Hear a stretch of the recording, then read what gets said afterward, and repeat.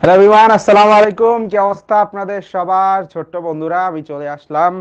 নোমান ভাইয়া, আজকে আমার ফার্স্ট ক্লাস তোমাদের সাথে নাকি? এইচএসসি 25। কি অবস্থা তোমাদের? পড়াশোনার দিনকাল কেমন যাচ্ছে বলো দেখি। একটু দেখি ওরা কেমন আছে সবাই, দেখা সম্ভব নাকি? ভাই আলহামদুলিল্লাহ ভালো আছি। অবশ্যই ভালো আছি আলহামদুলিল্লাহ। অনেক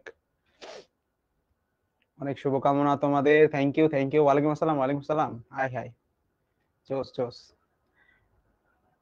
দিনকাল ভালো যাচ্ছে, হ্যাঁ হ্যাঁ, সেই যাচ্ছে। পড়ালেখার কি অবস্থা? কেমন লাগছে? ইন্টারমিডিয়েটের পড়াশোনা বুঝতে কি পারছো নাকি অনেক কঠিন লাগছে? হ্যাঁ, এসএসসি হলো গিয়ে তোমরা পুকুরে সাঁতার কাটছো, এবার ইন্টারে হচ্ছে গিয়ে মহাসমুদ্রে নেমে গেছো। তো মহাসমুদ্রে কেমন লাগছে সাঁতার কাটতে?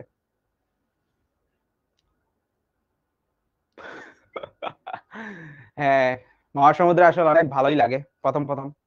তারপরে মনে করো দুই একটা পরীক্ষা টরীক্ষা হইলে এরপরে হচ্ছে ধাক্কা টাক্কা খেয়ে তখন ওই যে জীবন মানে বেদনা, কোথায় যাব, আহা কষ্ট। তখন মনে হবে কি করব, এক বালতি পানিতে ডুবে মরি। হ্যাঁ, তো যাই হোক, প্রথম দিকে অনেক ধাক্কা টাক্কা খাবা। রেগুলার পড়াশোনা যদি না করো, অনেকে গায়ে বাতাস লাগে কলেজে নতুন নতুন উঠলে। তো গায়ে বাতাস লাগানোর কারণে হচ্ছে যে তারা তাদের যে ট্র্যাক বা যে মাইন্ডসেট বা গোল সেখান থেকে হচ্ছে বিচ্যুত হয়ে যায়। তো এগুলো করা যাবে না। যেগুলো তোমার পড়াশোনা ব্যাঘাত ঘটায় এগুলো থেকে দূরে থাকতে হবে সবসময়। এটা মাথায় রাখবা, ঠিক আছে? আজকে আমরা কি পড়বো? আজকে হচ্ছে আমাদের একদম ফার্স্ট চ্যাপ্টার, যেটা আসলে খুব একটা পড়ার দরকার হয় না ইন্টারমিডিয়েটে। এটা অ্যান্সার করার নিয়ত নিয়ে আমি কখনো যাই নাই। মানে আমি কখনো এটা পরীক্ষায় আসবে, সিকিউ এখান থেকে অ্যান্সার করব, ওই নিয়ত নিয়ে কখনো পরীক্ষার হলে যাই নাই। এটা যাওয়া উচিত না। কারণ এই ফিজিক্সে আমাদের মোট অধ্যায় আছে হচ্ছে 11টা। এটা সহ মানে 10টা, ফার্স্ট পেপারে মানে 10টা। তো এই যে 10টা অধ্যায় থেকে পরীক্ষা 8টা প্রশ্ন আসে, তো নর্মালি এই চ্যাপ্টার থেকে কোনো প্রশ্ন আসে না। কিন্তু এমসিকিউতে অনেক সময় প্রশ্ন থাকতে পারে।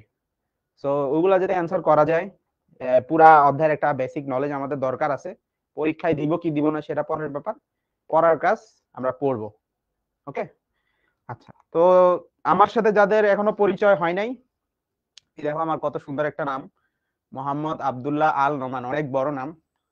তা আমার হচ্ছে ইয়াতে কি বলে, ডেবিট কার্ডে এই নাম আসে না। অর্ধেক নাম আসে, অর্ধেক আসে না। তো যাই হোক, মোহাম্মদ আব্দুল্লাহ আল নোমান। আমি পড়াশোনা করছি বুয়েটের ট্রিপল ই ডিপার্টমেন্টে, এবং রিসেন্টলি আমি গ্রাজুয়েশন কমপ্লিট করছি। এইচএসসি হলো 17 ব্যাচ, এইচএসসি 17। আর আমি আছি পড়াশোনার সাথে 6 বছর ধরে। তাহলে চিন্তা করো, 17 সালে থেকেই তো মনে হয় আছি তাহলে, তাই না? 2023 থেকে 6 মাইনাস করো, মানে ইন্টারমিডিয়েট থেকে আমি প্লাবেন পড়াচ্ছি। ব্যাচমেট পড়ায় অভ্যস্ত। তো এগুলো আমার কাছে কোনো ব্যাপার না। 5 লাখ প্লাস স্টুডেন্ট পড়াইছি, আর আমি বাংলাদেশ ম্যাথ অলিম্পিয়াডের সাথে যুক্ত আছি। এই তো তোমাদের আমি হচ্ছে ফিজিক্স ক্লাসগুলো নিব মাশরুফ ভাইয়ের সাথে, ঠিক আছে? ওকে, এখন বলছি বুয়েট ট্রিপল ড্রিম। হ্যাঁ, মাশাল্লাহ, দোয়া করি তোমার ড্রিম পূর্ণ হোক। তো ওই জন্য অনেক পড়াশোনা করতে হবে, ঠিক আছে? ওকে, পেনটা কই গেল?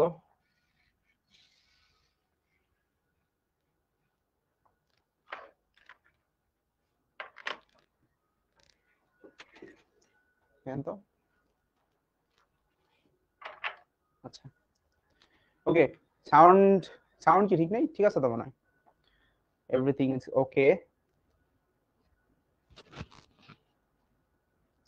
ঠিক আছে, সাউন্ড সাউন্ড তো ওকে। আচ্ছা আচ্ছা, ঠিক আছে।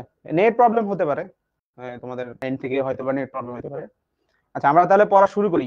হ্যাঁ, তো যখন আমি পড়াবো তখন হচ্ছে মনোযোগ থাকবে হচ্ছে পড়ায়। হ্যাঁ, এটুক তোমাদের কাছে রিকোয়েস্ট, যখন পড়াবো তখন মনোযোগ পড়ায়। তো কমেন্ট করার দরকার নাই। যখন প্রশ্ন থাকবে আমি বলবো যে কারো কোনো প্রশ্ন থাকলে বলো, ঠিক তখনই হচ্ছে কমেন্ট করো। নাহলে যেটা হবে, তোমার পড়াশোনার মধ্যে মনোযোগে একটা বিঘ্ন ঘটবে। তো কারো কমেন্ট দেখারও দরকার নাই, কমেন্ট করারও দরকার নাই। তোমার পড়াশোনা থাকবে হচ্ছে বোর্ডে, বোর্ডে ফোকাস থাকবা। ওকে, তাহলে আসো। ফার্স্টে আমরা দেখবো হচ্ছে রাশি ও পরিমাপ এবং পরিমাপের ত্রুটি। মূলত এই দুটা ভাগে ভাগ করতে পারি এই চ্যাপ্টারটাকে। এই চ্যাপ্টারের প্রথম দিকে বিভিন্ন রকম বিজ্ঞানীদের হচ্ছে গবেষণা, কে কি কাজ করছেন না করছেন এগুলো তোমরা বই রিডিং পড়লে পাবা। প্লাস আমাদের যে অ্যানিমেটেড লেসন আছে সেখানে খুব সুন্দর করে কোন বিজ্ঞানী কি ধরনের কাজ করছেন এগুলো হচ্ছে খুব সুন্দর করে ব্যাখ্যা করে দেওয়া আছে। তো সেগুলো তোমরা দেখবা। আমি মেইনলি ফোকাস করতে চাচ্ছি পরীক্ষায় কি ধরনের প্রশ্ন আসে, ওইটার উপর বেস করে তোমাদের এখানে কিছু আমি প্রবলেম সলভ করাবো, আর কিছু হচ্ছে জ্ঞান অনুধাবনমূলক প্রশ্ন কেমন আসতে পারে এগুলো আইডিয়া দিব। তো দেখো এখানে বলা আছে রাশি কি মানে কাকে বলে। রাশি হচ্ছে দুই ধরনের, একটা হলো মৌলিক রাশি এবং আরেকটা হলো যৌগিক রাশি। এগুলো আমরা ওই 9-10 পড়ছি। মৌলিক রাশি আর একটা হলো যৌগিক রাশি। মৌলিক রাশি কয়টা আছে? মৌলিক রাশি আছে 7টা, যাদেরকে আর কোনো রাশিতে ভাঙা সম্ভব না, এগুলো হচ্ছে মৌলিক রাশি। আর যৌগিক রাশি মানে হচ্ছে অনেকগুলো মৌলিক রাশির সমন্বয়ে তৈরি হয় যে রাশি। যেমন মৌলিক রাশি 7টা কি কি? দৈর্ঘ্য, ভর, তারপরে আছে সময়, তাপমাত্রা, তড়িৎ প্রবাহ, দীপন তীব্রতা এবং পদার্থের পরিমাণ। এই টোটাল 7টা হলো মৌলিক রাশি। ওকে, যে রাশিগুলো হলো যৌগিক রাশি। যেমন জিজ্ঞেস করি যদি ঘনত্ব, কোন বস্তুর ঘনত্ব, এই যে ঘনত্ব সমান সমান কি ভর বাই আয়তন, তাই না? এটা আমরা জানি। পজ, আচ্ছা আচ্ছা আচ্ছা, একটু সাউন্ডে মনে হয় অনেকে কমপ্লেন করলাম, প্রবলেম হচ্ছে। 1 মিনিট একটু ইস্যুটা সলভ করে নিই আমরা।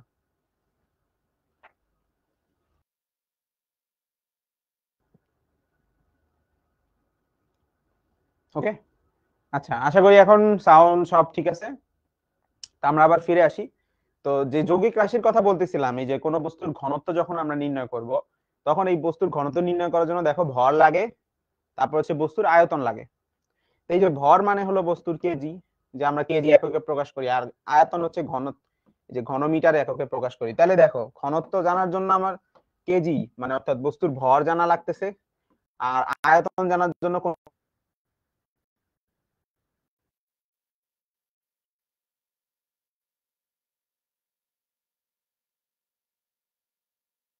মাত্রা দিয়ে, এটা আমরা মাত্রা দিয়ে প্রকাশ করি। যেমন দৈর্ঘ্যের মাত্রা হচ্ছে এল, ভরের মাত্রা হচ্ছে এম।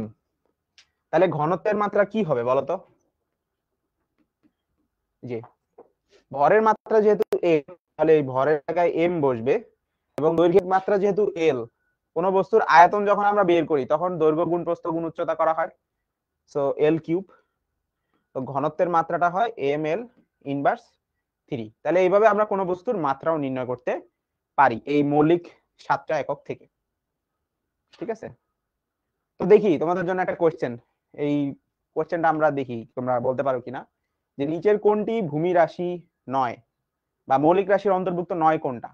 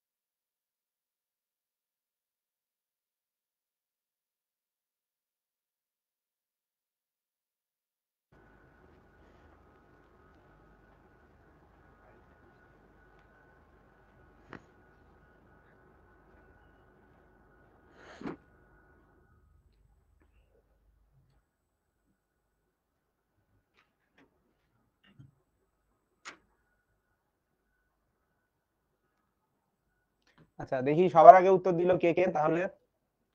এখানে আছে জাহিদুল, তারপরে আছে ফাইজা, জাহিদুল আছে, ফাইজা আছে, তারপরে রবিউল আছে, জিসান আছে, তন্ময় ঘোষ, তারপর হচ্ছে শাওনদীপ পাল, সামজিদা আক্তার, রুফাইদা আছে, তারপরে মোহনা মৃত্তিকা, মোহনা এন্ড মৃত্তিকা, ওরা কি দুইজন নাকি? আদিবা আছে। তো এই 10 জন হচ্ছে আমাদের টপ 10। তো দেখো এটা সঠিক উত্তর হবে কি? ডেনসিটি। কারণ আমরা মাত্রই দেখাইলাম যে ডেনসিটি আসলে মৌলিক না, বাট ভর, ঘনত্ব, এই ভর, ওজন, তারপর হচ্ছে দূরত্ব, এগুলা মৌলিক। এখন তোমরা বলতে পারো যে ভাইয়া এই ওজনও তো তাহলে মৌলিক রাশি না। এটার উত্তর কি হবে? ওজন কি তাহলে মৌলিক রাশি নাকি? কি বলো, কে কে সহমত? ওজন কি মৌলিক রাশি?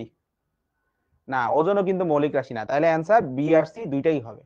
তো এখানে অবশ্য তোমাদের একটা অপশন দেওয়ার ক্ষমতা আছে, বাট মেডিকেলের ভর্তি পরীক্ষা কিন্তু দুইটাই দেওয়া যায়। তো কিছু কিছু প্রশ্নতে দেখা যাবে যে দুইটাই উত্তর থাকে, তো এরকম ফিক্স করে, তখন হচ্ছে তোমাদের কিন্তু দুইটাই দাগাইতে হবে। এটা হলো মেডিকেলে যাদের টার্গেট তাদের কথা বললাম আর কি। মেডিকেলে ভর্তি পরীক্ষায় বিশেষ করে অনেক সময় একাধিক উত্তর থাকে, তো ওইটা ওইভাবে বুঝে তুমি দাগাবা। তো ওজন এখানে সঠিক উত্তর। আবার হলো গিয়ে ঘনত্ব, এই দুইটা এখানে এরা মৌলিক রাশি না। ঠিক আছে, ওকে। আচ্ছা আমরা একটু দেখি, সাউন্ড বলতেছে যে প্রবলেম, একটু ইয়ার করে দেখি, রিলোড দিয়ে দেখি।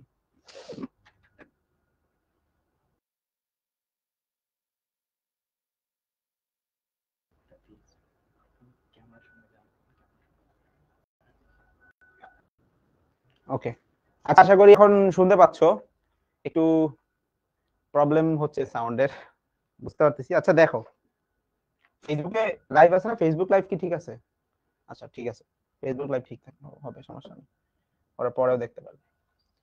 আচ্ছা, মৌলিক এককের কথা যেটা বলতেছিলাম, যে একক অন্য কোনো এককের উপর নির্ভর করে না, সেগুলো হচ্ছে স্বাধীন, এগুলোকে আমরা বলতে পারি কি মৌলিক একক, তাই না?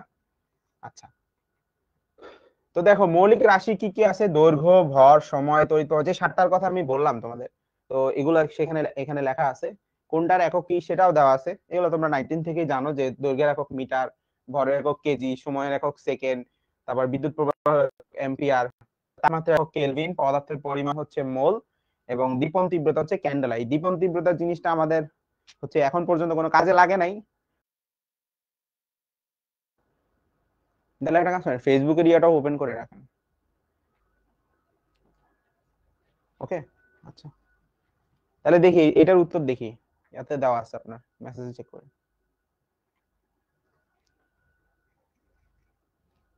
মৌলিক একক কি কি হবে, মিটার আর কেলভিন, নাকি সেকেন্ড ও কুলম, তারপরে ক্যান্ডেলা, কোনটা হবে মৌলিক একক?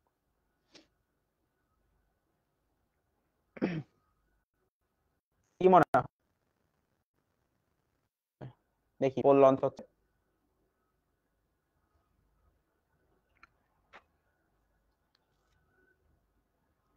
হুম,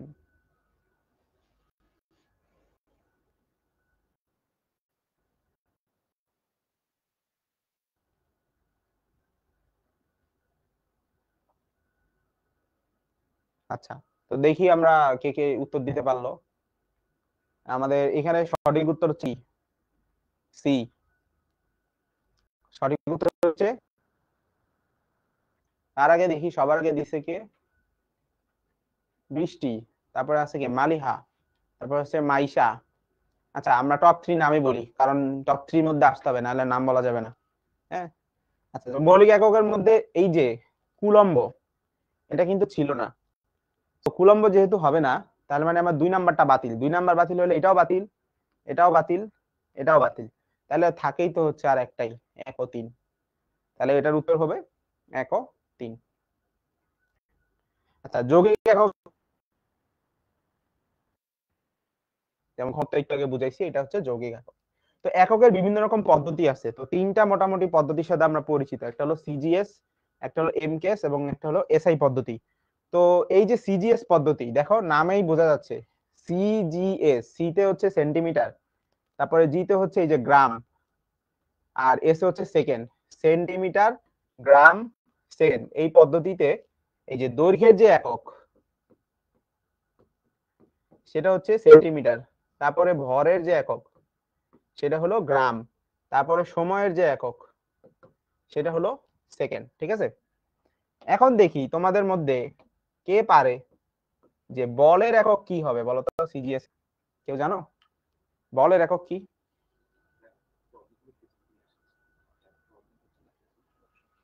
আচ্ছা, যাদের এখনো স্টিল সাউন্ডে যদি কোনো প্রবলেম থাকে, তোমরা ওই ফেসবুকে ক্লাসটা করতে পারো, যারা বলতেছো আর কি সাউন্ডে প্রবলেম।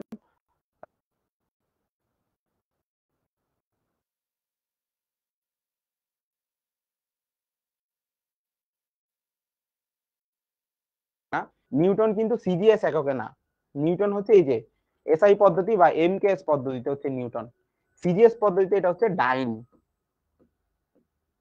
আসো তোমাদের একটা মজার জিনিস শিখাই। তো এমকেএস বা এসআই পদ্ধতির সাথে তো তোমরা জানোই যে দৈর্ঘ্যের একক হলো মিটার, আর সিজিএস এ হলো সেন্টিমিটার। এখন মিটার আর সেন্টিমিটার মধ্যে সম্পর্ক কি? মিটার আর সেন্টিমিটার মধ্যে সম্পর্ক হলো 1 মিটার সমান 100 সেন্টিমিটার। আচ্ছা, দৈর্ঘ্যটা বুঝলাম। এবার আসি ভর। ভরের একক এসআই বা স্ট্যান্ডার্ড পদ্ধতি হচ্ছে কেজি।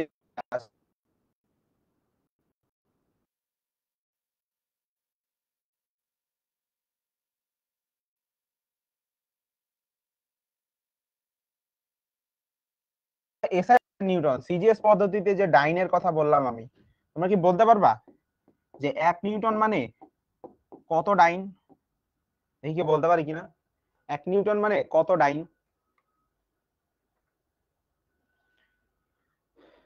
আচ্ছা, আমি দেখতে পাচ্ছি তানজিলা বলছে, তানজিলারটা ঠিক আছে। তারপরে মাইশা বলছে, মাইশারটাও ঠিক আছে। আবার এদিকে আসিফ হোসেন বলছে, হ্যাঁ অনেকেরটাই ঠিক হচ্ছে। তো এই 1 নিউটন মানে হচ্ছে 10⁵ ডাইন। এখন এটা আসলো কিভাবে সেটা আমি তোমাদের একটু বুঝাই দিই। দেখো দেখো এফ মানে ফোর্স সমান সমান তো এম এ, এটা নিউটনের third law, F equal to M A, এটা তো আমরা জানি। তো খেয়াল করো তো, এই যে ভরের একক কি ছিল? কেজি। আর ত্বরণের একক কি ছিল? মিটার পার সেকেন্ড স্কয়ার, তাই না? এবং বলের একক হচ্ছে কি? নিউটন। এগুলো হলো সব এসআই পদ্ধতিতে। এখন তুমি এসআই পদ্ধতিতে যখন সিজিএস এ যাবা, তখন দেখো নিউটনের জায়গায় আসবে ডাইন, কেজির জায়গায় আসবে গ্রাম, কারণ ভরের একক তো আর কেজি হবে না সিজিএস এ, ভরের একক হচ্ছে গ্রাম। তারপরে যে মিটারের জায়গায় সিজিএস এ আসবে সেন্টিমিটার, এবং সেকেন্ড ইনভার্স 2 এর জায়গায় সেকেন্ড ইনভার্স 2 থাকবে। তাহলে 1 ডাইন মানে হলো 1 গ্রাম সেন্টিমিটার সেকেন্ড ইনভার্স 2। এইবার আসো এই একক থেকে কিভাবে এই এককে আসবা সেটা কিভাবে বের করব ওটা দেখাই। কেজি থেকে গ্রামে নিতে হলে কি করতে হবে? 1000। তাহলে 1 কেজি মানে হচ্ছে 1000 গ্রাম। তারপর 1 মিটার মানে হচ্ছে 100 সেন্টিমিটার। আর সেকেন্ড কি আমরা সেকেন্ডেই রেখে দিলাম। তাহলে খেয়াল করো 1000 এবং 100 গুণ করলে আসে কত? 10⁵ তাহলে gram centimetre per second square. আর এই যে gram centimetre per second square, এটা মানেই তো হচ্ছে ডাইন। সো 10⁵ ডাইন। এটা হলো আমাদের 1 নিউটনের মানে। ওকে, তাহলে আশা করি এখন ক্লিয়ার হয়ে গেছে 1 নিউটন মানে হচ্ছে 10⁵ ডাইন।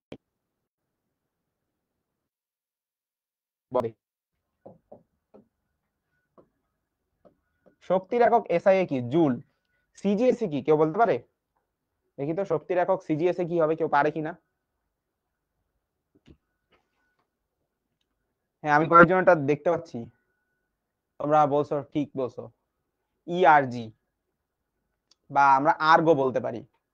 এটা হচ্ছে কোন একটা ভাষা, খুব সম্ভবত ল্যাটিন না যেন গ্রিক, আমার কোন ভাষার শব্দ এটা মনে নাই। এটা হচ্ছে আর্গন। আর্গন মানে আসলে শক্তি বুঝাইতো। তো ওই আর্গনের সংক্ষেপ ফর্ম হচ্ছে আর্গ। সো ইআরজি বলা হয়। হ্যাঁ, ইআরজি। তাহলে এখন বলো দেখি 1 জুল সমান কত ইআরজি? তোমরা তো বললা 1 নিউটন মানে 10⁵ ডাইন। তাহলে 1 জুল মানে কত ইআরজি? 1 জুল মানে কত ইআরজি? আরে দোস্ত তোমরা তো অনেকেই পারো দেখি। 10⁵, হ্যাঁ এই 10⁵ কিভাবে আসলো? এই যে আমি ঠিক যেভাবে ব্যাখ্যা করলাম, যে বলের সূত্রটা দিয়ে যেভাবে ব্যাখ্যা করলাম, ঠিক একইভাবে কাজের সূত্র দিয়ে জিনিসটা ব্যাখ্যা করা যায়। তো আসো দেখাই। এই যে জুল কাজের একক, এই যে কাজের এককটা আসছে কিভাবে? ডাব্লিউ সমান সমান এফএস থেকে, যে জুল। আর বলের একক হচ্ছে নিউটন, আর সরণের একক হচ্ছে মিটার। তো এগুলো হলো এসআই। এই এসআই কে যখন আমরা সিজিএসি নিব, তাহলে জুলের জায়গায় আসবে ইআরজি, নিউটনের জায়গায় আসবে ডাইন, আর মিটারের জায়গায় আসবে হচ্ছে সেন্টিমিটার। তাহলে আমরা বলতে পারি যে 1 ইআরজি মানে হলো, যে 1 ইআরজি মানে হলো বা 1 আর্ক মানে হলো 1 ডাইন সেন্টিমিটার। তো এই যে এটা সিজিএস এ, তো নিউটন মিটার থেকে ডাইন সেন্টিমিটার কিভাবে আসবো খেয়াল করো। 1 নিউটন মানে 10⁵ ডাইন, এবং 1 মিটার মানে 100 সেন্টিমিটার, সো ডাইন সেন্টিমিটার হয়ে গেল ইআরজি, আর 10⁵ আর 10⁵ হয়ে গেল 10�৭। তাই এইভাবেই আসলো 1 জুল মানে হলো 10�৭ ইআরজি। তাহলে কি আর মুখস্থ করার দরকার আছে? জিনিসগুলো কিভাবে আসছে এগুলোও কিন্তু বুঝে বুঝে পড়তে হবে, খালি মুখস্থ করলে হবে না। আচ্ছা, আমি জানি তোমরা অনেকে মুখস্থ বলছো, বাট এই যে কিভাবে আসছে এই জিনিসগুলো জেনে রাখা ভালো। তাহলে এই হলো মোটামুটি সিজিএস এর সাথে এসআই এর একটা রিলেশন। এমন না ধুপ করে পড়ছে, সিজিএস আর এসআই এর মধ্যে অবশ্যই একটা কি আছে, রিলেশন আছে। তো এই যে এক এক জায়গায় এক এক রকম পদ্ধতি ব্যবহার করে, যেমন মনে করো ব্রিটিশরা তো আমাদের দেশ শাসন করে গেছে, তো আমরা এখনো কিন্তু হচ্ছে তাদের ইউনিট ফলো করি। কিভাবে? যখন হচ্ছে যে গজ দিয়ে কাপড় কেনা, অনেক জায়গায় মিটার দিয়ে কিন্তু কিনে না, যে ফুট মাপে। তারপরে হচ্ছে যে দেখো এই যে যখন ক্রিকেট খেলে তখন বলে না 22 গজ হচ্ছে পিচের দৈর্ঘ্য। তো ব্রিটিশদের পদ্ধতি একরকম, আবার আমেরিকানদের পদ্ধতি হচ্ছে একরকম। তো এক একজন এক এক রকম ব্যবহার করার কারণে ঝামেলা লাগে যায়। তো এই জন্য একটা স্ট্যান্ডার্ড ধরা হয়েছে। তো স্ট্যান্ডার্ড যে পদ্ধতি এটাকেই বলা হয় এসআই পদ্ধতি। তো আমরা যে এককগুলা ব্যবহার করব ফিজিক্সে, সবগুলা এসআই পদ্ধতিতেই ব্যবহার করবে। এগুলো হচ্ছে সেই এসআই পদ্ধতির একক। ওকে, তাহলে এটা মোটামুটি গেল আমাদের একক সম্পর্কে ধারণা। এই যে কোণের একক কি দেখি, বলতে পারো কিনা তোমরা? দেখি এই এই জিনিসটা তোমাদের জানা আছে কিনা, যে ত্রিমাত্রিক কোণ, 3D কোণ, 3D অ্যাঙ্গেল এর একক কি হবে? যারা জানো দ্রুত বলে দাও। আর পোল আমরা অ্যাপে দিচ্ছি, অ্যাপে যারা আছো অ্যাপে উত্তর দিতে পারো।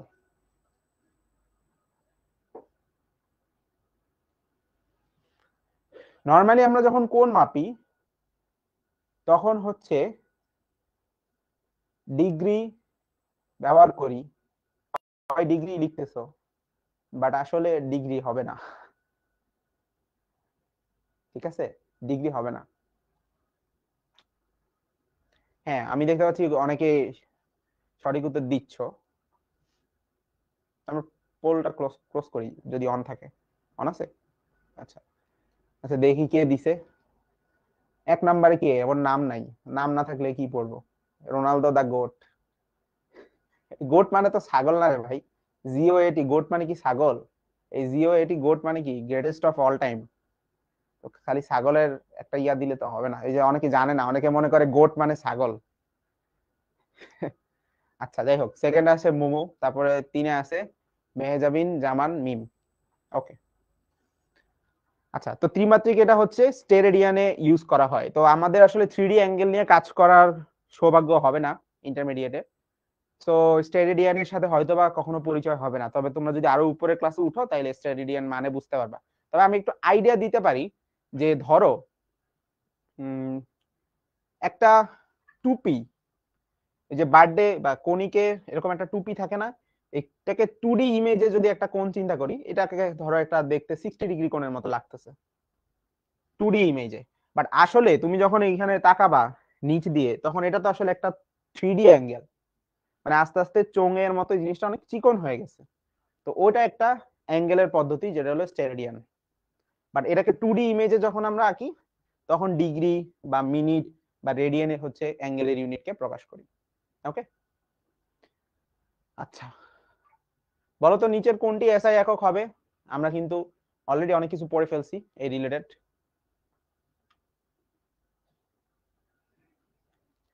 বলতে পারবা? দেখো, এটার উত্তর হচ্ছে ক্যান্ডেলা। এটার উত্তর হবে ক্যান্ডেলা। এসআই এককের যে 7টা ছিল সেই 7টার মধ্যে এটা হলো ক্যান্ডেলা। আচ্ছা, তো মাত্রা কাকে বলে? মাত্রা নিয়ে আমরা ডিসকাস করলাম, যে দৈর্ঘ্য মাত্রা এল, ভরের মাত্রা এম, এবং সময়ের মাত্রা হচ্ছে টি। এগুলো হলো মৌলিক রাশির মাত্রা। এই মৌলিক রাশিগুলোর মাত্রা ব্যবহার করে আমরা হচ্ছে বিভিন্ন যৌগিক রাশির মাত্রা নির্ণয় করতে পারি। যেমন কয়েকটা এক্সাম্পল আমরা দেখি, যে বেগের মাত্রা, বেগ হচ্ছে সরণ বাই সময়, সো এল টি ইনভার্স 1। ত্বরণ, ত্বরণ হচ্ছে বেগ বাই সময়, তো বেগের মাত্রাকে দেখো সময়ের মাত্রা দিয়ে ভাগ করা হয়েছে, সো এল টি ইনভার্স 2। তারপরে বল, বলের মাত্রা কিভাবে আসছে? এফ ইকুয়াল টু হচ্ছে এম এ, তার মানে ভরের মাত্রা এবং ত্বরণের মাত্রা গুণ করে আসবে। তারপর কাজের মাত্রা কিভাবে আসবে? ডাব্লিউ সমান সমান এফ এস। তাহলে বলের মাত্রা এবং কাজের মাত্রা গুণ করলে, সরি, বলের মাত্রা এবং সরণের মাত্রা গুণ করলে আমরা কাজের মাত্রা পাবো। তাহলে M L square T to the power -2, এটা হলো কাজের মাত্রা। তো এই যে সূত্রগুলো থেকেই কিন্তু মাত্রা বের করা যায়। সবার লাস্টে একটা আছে পীড়নের মাত্রা। তো পীড়নের মাত্রা কিভাবে বের করব? তোমাদের পীড়ন বলে একটা টপিক ছিল, মনে আছে কি? নাকি সব ভুলে খেয়ে ফেলছি? পীড়ন মানে ছিল বল বাই ক্ষেত্রফল। অর্থাৎ এই যে কোন একটা তারের ক্ষেত্রে যখন আমরা তারকে টানতাম, মনে আছে স্থিতিস্থাপকতা ওইখানে ছিল, তারকে যখন আমরা টানতাম, তাহলে এই যে প্রস্থচ্ছেদের, একক প্রস্থচ্ছেদের ক্ষেত্রফলে যে লম্বভাবে যে প্রত্যয়নী বল সৃষ্টি হয় সেটাকে বলা হয়তো পীড়ন। তাহলে এই যে পীড়নের মাত্রা কি হবে দেখি, বাইর করো সবাই। পীড়নের মাত্রা কি হবে? উপরে হবে বলের মাত্রা, নিচে ক্ষেত্রফলের মাত্রা। উপরে হবে বলের মাত্রা, বলের মাত্রা হচ্ছে এম এল টি ইনভার্স 2, আর ক্ষেত্রফলের মাত্রা হচ্ছে এল স্কোয়ার।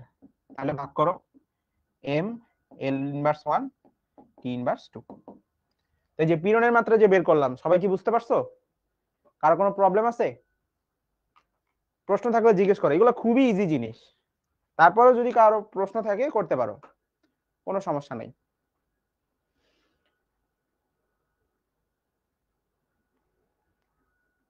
আচ্ছা, হ্যাঁ, ইজি, আসলেই আসলেই অনেক সহজ। আজকে মূলত আমরা ইন্টারেস্টিং কিছু জিনিস করব, আমি তোমাদের জন্য সেট আপ টেট আপ সব রেডি করে রাখছি, যে প্র্যাকটিক্যাল করব আজকে আমরা। আমি অনেক এক্সাইটেড তোমাদের দেখাবো। তো আমরা তারপরেও একটু করে আইডিয়া নিয়ে নেই, মানে ওই যে ওয়ার্ম আপ বলে না, যে এই জিনিসগুলো তো আমরা পারি, যেগুলো 9-10-এও ছিল, বাট তারপরও ওয়ার্ম আপের একটা ব্যাপার আছে, সবকিছু রিভিশন দেওয়ার একটা ব্যাপার আছে। ওকে, তো মাত্রা সমীকরণের প্রয়োজনীয়তা কি কি, এখানে অনেক কিছু দেওয়া আছে, হাবিজাবি অক্ষর সক্কর বইয়ের রিডিং পড়া, এগুলা সব বই থেকে রিডিং করবে বা স্লাইডেও দিয়ে রাখা হয়েছে, যাতে একটা কম্প্যাক্ট আকারের নোটের মতো তোমার তৈরি হয়। দেখি এটা দেখে বলো তো, এই মাত্রাটা কার, এই মাত্রাটা কার হবে বলো দেখি? গতিশক্তি, পীড়ন, পৃষ্ঠটান, ক্ষমতা। পৃষ্ঠটান হচ্ছে তোমাদের এখনো পড়া হয় নাই, পৃষ্ঠটান তোমরা পড়বা 7 নাম্বার অধ্যায় গেলে পড়বা। তো পৃষ্ঠটান বাদ দাও, পৃষ্ঠটান হবে না এখানে উত্তর। তোমরা পৃষ্ঠটান বাদে চিন্তা করো, পৃষ্ঠটান বাদে চিন্তা করো। M L inverse 1 T inverse 2, এটা কোনটা হবে? দেখো আমি মাত্র কিন্তু বের করছিলাম, M L inverse 1 T inverse 2, আমি কিন্তু মাত্রই বের করে রাখছি। তো M L inverse 1 T inverse 2, এটা কি হবে? এটা কিন্তু পীড়ন, তাই না? পীড়নের। আচ্ছা, ওকে, তাহলে মাত্রাগুলো আশা করি বের করা আমরা বুঝি। এবার আসি ত্রুটি। তো ত্রুটি মানে হচ্ছে কি? ভুল ত্রুটি। মানুষের পরিমাপ করতে গেলে ভুল ত্রুটি তো হইতেই পারে।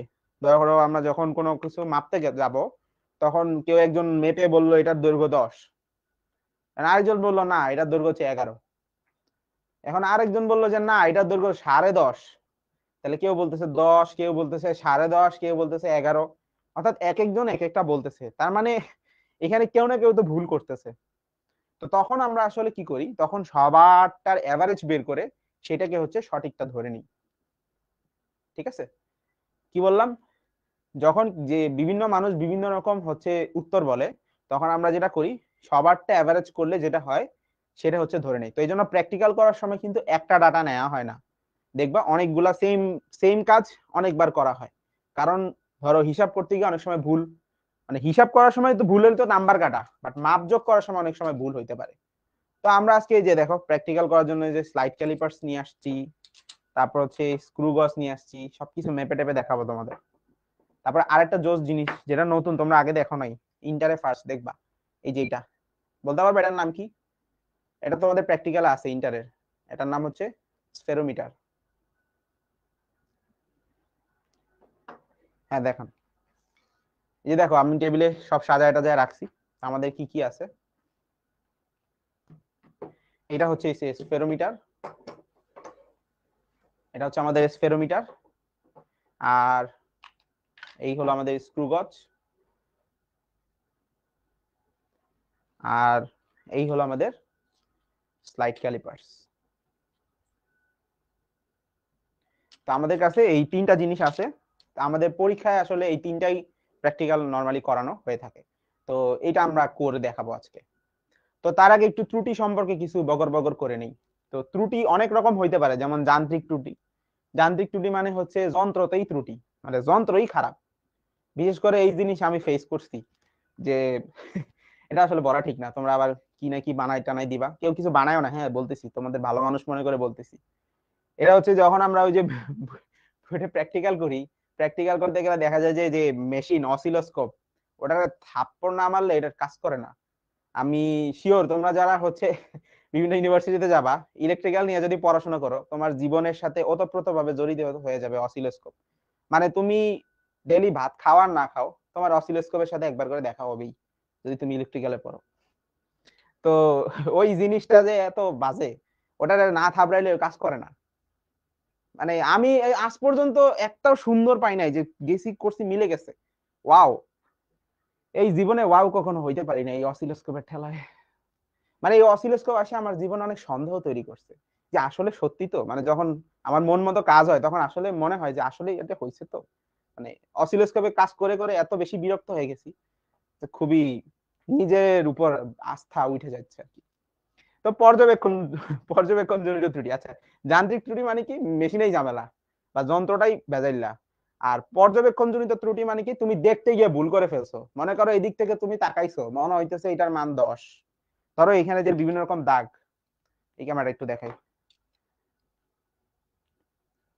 যে ধরো এইখানে কি দেখা যায়, একটু একটু ইয়ে করে দেন ফোকাস। হ্যাঁ এইখানে ধরো এইখানে একটা মান দেখা যাচ্ছে হলো এই যে 100, এই যে এখানে একটা মান মনে করো এই যে 100। তো কেউ একজন এই দিক থেকে তাকাইলে বলবে যে না 101। মনে করো আমি এখানে কলমটা রাখলাম, এখন কলমটা কত দাগে আছে বলো তো, আমি যদি তোমাদের বলি যে কমেন্ট করো, অনেকে বলবা অর্ধেক বলবা যে 100, কেউ বলবে 101, কেউ বলবে ভাই 99। হ্যাঁ, এই যে বিভিন্ন রকম হলো যে কথাবার্তা বলবা এক একজনে, 100 বলবা কেউ, 101 বলবা কেউ, কেউ আবার বলবা 99। তো এইটা হলো পর্যবেক্ষণ জনিত হচ্ছে ত্রুটি। হ্যাঁ, কেউ এক একজন আর কি নানা মুনির নানা মত, যে দেখে আসলে মনে হচ্ছে এইরকম এলোমেলো ত্রুটি। নামই তো এলোমেলো। পুনরাবৃত্তি ত্রুটি, তারপরে আছে হচ্ছে লঘিষ্ঠ গণন ত্রুটি। এই লঘিষ্ঠ গণন ব্যাপারটা আমাদের অনেক বেশি দরকার হবে, তো দেখবো আমরা এগুলো একটা একটা করে। তো বিশেষ করে আমাদের যে এই স্ক্রু রিলেটেড জিনিসপত্র আছে সেগুলাতে এই পিছট ত্রুটিটা হয়। আর শূন্য ত্রুটি কি আর লেভেল ত্রুটি কি এগুলো আমরা ডিটেলস বলি একটু করে, এক লাইন এক লাইন। শূন্য ত্রুটি মানে হচ্ছে যে ধরো একটা জিনিসে, ধরো এই যে স্লাইড ক্যালিপার্স যেটা আছে, এই স্লাইড ক্যালিপার্সটা যদি আমি একদম পুরো মিলায় দেই, তাহলে এটা স্কেলের 0 দাগের সাথে ভার্নিয়ার স্কেলের 0 দাগ মিলার কথা। তো আসো দেখি আমরা মিলছে কিনা।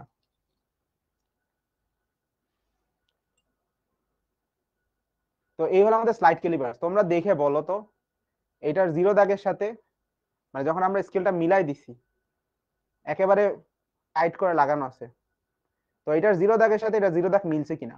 তো এখানে দেখা যাচ্ছে যে এটা মিলছে আসলে, তো এখানে কোনো প্রবলেম নাই। তো অনেক সময় হইতে পারে এই যন্ত্রটা যদি নষ্ট হয়ে যায় বা অনেক দিন ধরে ব্যবহার করা হয়, তখন দেখা যাবে এই 0 দাগের সাথে 0 দাগটা মিলে না। কখনো কখনো দেখা যাবে 0 দাগ বামে সরে গেছে বা কখনো 0 দাগটা ডানে সরে গেছে, মানে এরকম হয়ে যেতে পারে। ধরো দুই মাথা লাগাইছো বাট দেখা যাচ্ছে যে এরকম মাঝখানে ফাঁকা রয়ে যায় কোনো এক ভাবে, কিভাবে জানি না, দৈব ভাবে। এই যন্ত্র তো নষ্ট হইতেই পারে, এখানে তো আর আমাদের কিছু করার নাই, তো এরকম ত্রুটি হইতে পারে। বা এরকম লাগাইছো দেখা গেছে যে 0 দাগটা আরো ওই পাশে চলে গেছে। তো এই ধরনের ত্রুটি হইতে পারে, 0-র সাথে 0 না মিলা যেটা, এটাকে আমরা বলতে পারি হচ্ছে শূন্য ত্রুটি। ওকে, আচ্ছা।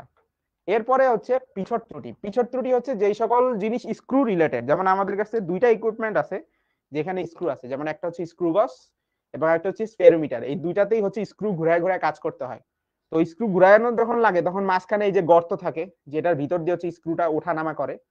সো এই গর্তের মুখ কখনো হচ্ছে বড় হয়ে যায়, মানে ক্ষয় হয়ে বারবার কাজ করতে করতে এটা হচ্ছে ক্ষয় হয়ে যায়, এই যে এখানে লেখা আছে। তো যখন ক্ষয় হয় কোনো বস্তুতে তখন এখানে নাটটা ঠিক মতো টাইট হবে না, বা মনে করো যে কাজ করা যাবে না, যেখানে মিলার কথা ওখানে মিলবে না। তো অনেক রকম প্রবলেম হইতে পারে, এই ধরনের ত্রুটিকে বলা হয় পিছট ত্রুটি। তো পিছট ত্রুটির ক্ষেত্রে অবশ্যই যেগুলো আর কি স্ক্রু রিলেটেড জিনিস আছে এগুলোর ক্ষেত্রে ত্রুটিটা খুব সেন্সিটিভ হয়, কারণ এখানে পরিমাপ গুলো অনেক সূক্ষ্ম সূক্ষ্ম। তো এই ব্যাপারটা আমাদের খেয়াল রাখতে হবে পিছট ত্রুটি কি জিনিস। আর এটা হচ্ছে লেভেলিং ত্রুটি। কারো বাসায় যদি টিভি ওয়াল মাউন্টেড করে লাগানো হয়ে থাকে তখন তোমরা হয়তো নিশ্চয়ই খেয়াল করবা যে একটা লেভেলার দিয়ে কি করা হয়, যে একটা দেখা হয় যে আসলে টিভি কি বাঁকা হয়ে গেল নাকি এইদিকে হেলে গেল, একটা লেভেলার দিয়ে কি করা হয় একদম সোজা রাখা হয়। বিশেষ করে আমরা ক্যামেরা যারা ইউজ করি এই ক্যামেরাতে এই যে লেভেলিংটা ইম্পর্টেন্ট। তো এই যে লেভেলার যে থাকবে তখন এটা যদি মনে করো পানি এদিকে হেলে গেলে বুঝতে হবে এদিকে বাঁকা হয়ে গেছে, আবার এদিকে হয়ে গেলে এদিকে বাঁকা হয়ে গেছে, এটাকে হলো গিয়ে মিডলে রাখতে হয়, তাইলে মনে হয় যেন এটা আনুভূমিক থাকে। বিশেষ করে এই সমস্যাটা কোথায় হয়, এই যে নিকটি বা দাড়িপাল্লা। তুমি যদি আগে থেকেই বাঁকা করে রাখো তাহলে তো আগে থেকেই ওজন এইদিকে খেলে আছে। তো আগে যারা আর কি ওই এরকম দাড়িপাল্লা ব্যবহার করতো, তো আস্তে করে অন্যদিকে যদি আগে থেকেই মনে করো পাথর টাথর ঝুলায় রাখা যায়, তো এইদিকে 1 কেজির বাটখারা ওইদিকে আধা কেজি হয়ে গেছে, এই যে ভাই মিলে গেছে, অথচ আগেই অন্যদিকে ঝুলায় রাখছে, লেভেলিং আগেই করা নাই। তো লেভেলিং করা না থাকলে কিন্তু ভুল ত্রুটি হওয়ার সম্ভাবনা অনেক বেশি। তো এরকম বিভিন্ন আরো ইকুইপমেন্ট আছে যেগুলা, এই যে তোমরা যদি ইলেকট্রিক্যাল পড়ো তাইলে এই জিনিসটা দেখবা, গ্যালভানোমিটার। আর ইলেকট্রিক্যাল ছাড়াও আমাদের কাছে গ্যালভানোমিটার আছে, আমরা সার্কিটের যে ক্লাসে গ্যালভানোমিটার দেখাবো ইনশাল্লাহ। আর বিক্ষেপী চৌম্বক মাপক যন্ত্র এটা,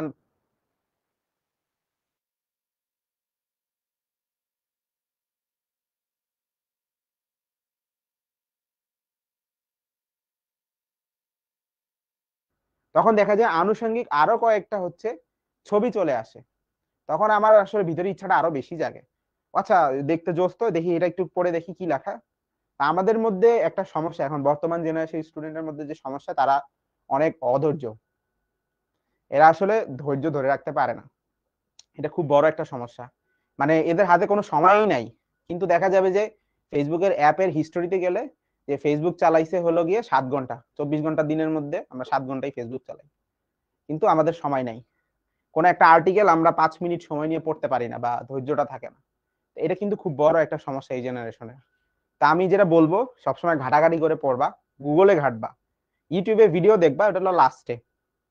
গুগলে ঘাটবা, ইমেজ গুলা দেখবা, এবং যে আর্টিকেল থাকে ওই আর্টিকেল গুলা পড়ার চেষ্টা করবে। এই জন্য ইংলিশে অনেক ভালো হইতে হবে। তো যা লেখা থাকে ওগুলা দরকার হলে কোনো না বুঝলে ওই যে শব্দ, নতুন কোনো শব্দ থাকলে সেগুলো ডিকশনারিতে সার্চ করে দেখবা, এখানে তোমার ইংলিশের ভোকাবুলারিও হচ্ছে বাড়বে। তো এটা আমার কথা আমি শেয়ার করলাম, আমি যেভাবে পড়াশোনা করতাম, আশা করি এটা তোমাদের কাজে দিবে বলে আমি বিশ্বাস করি। ওকে, তো পর্যবেক্ষণের অনেক রকম ত্রুটি হইতে পারে, তো এই সব ত্রুটি গুলা থাক এই সব জায়গায়। আমরা হলো গিয়ে একটু ইয়াতে চলে যাই, মাপামাপিতে চলে যাই, লঘিষ্ঠকরণের ব্যাপারটা পরে আসবে। আচ্ছা আমরা একটা জিনিস মাইপা দেখাই তাহলে আজকে ফার্স্টে, স্লাইড ক্যালিপার দিয়ে আমরা কোন একটা বস্তুর ধরো দৈর্ঘ্য মেপে দেখাই। তো আমার হাতে একটা ইয়ে আছে, এটা একটু এদিক করে ঘোরানো যায়, ঘুরাই দেন, সেন্টার ইয়াটা থাকলো।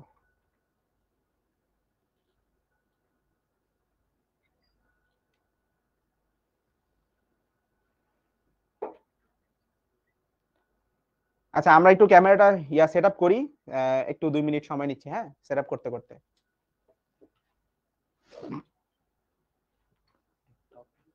হুম,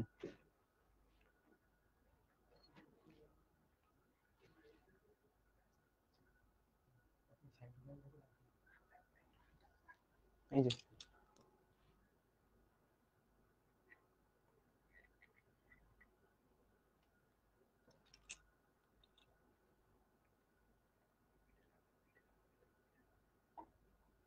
আছে না? Okay.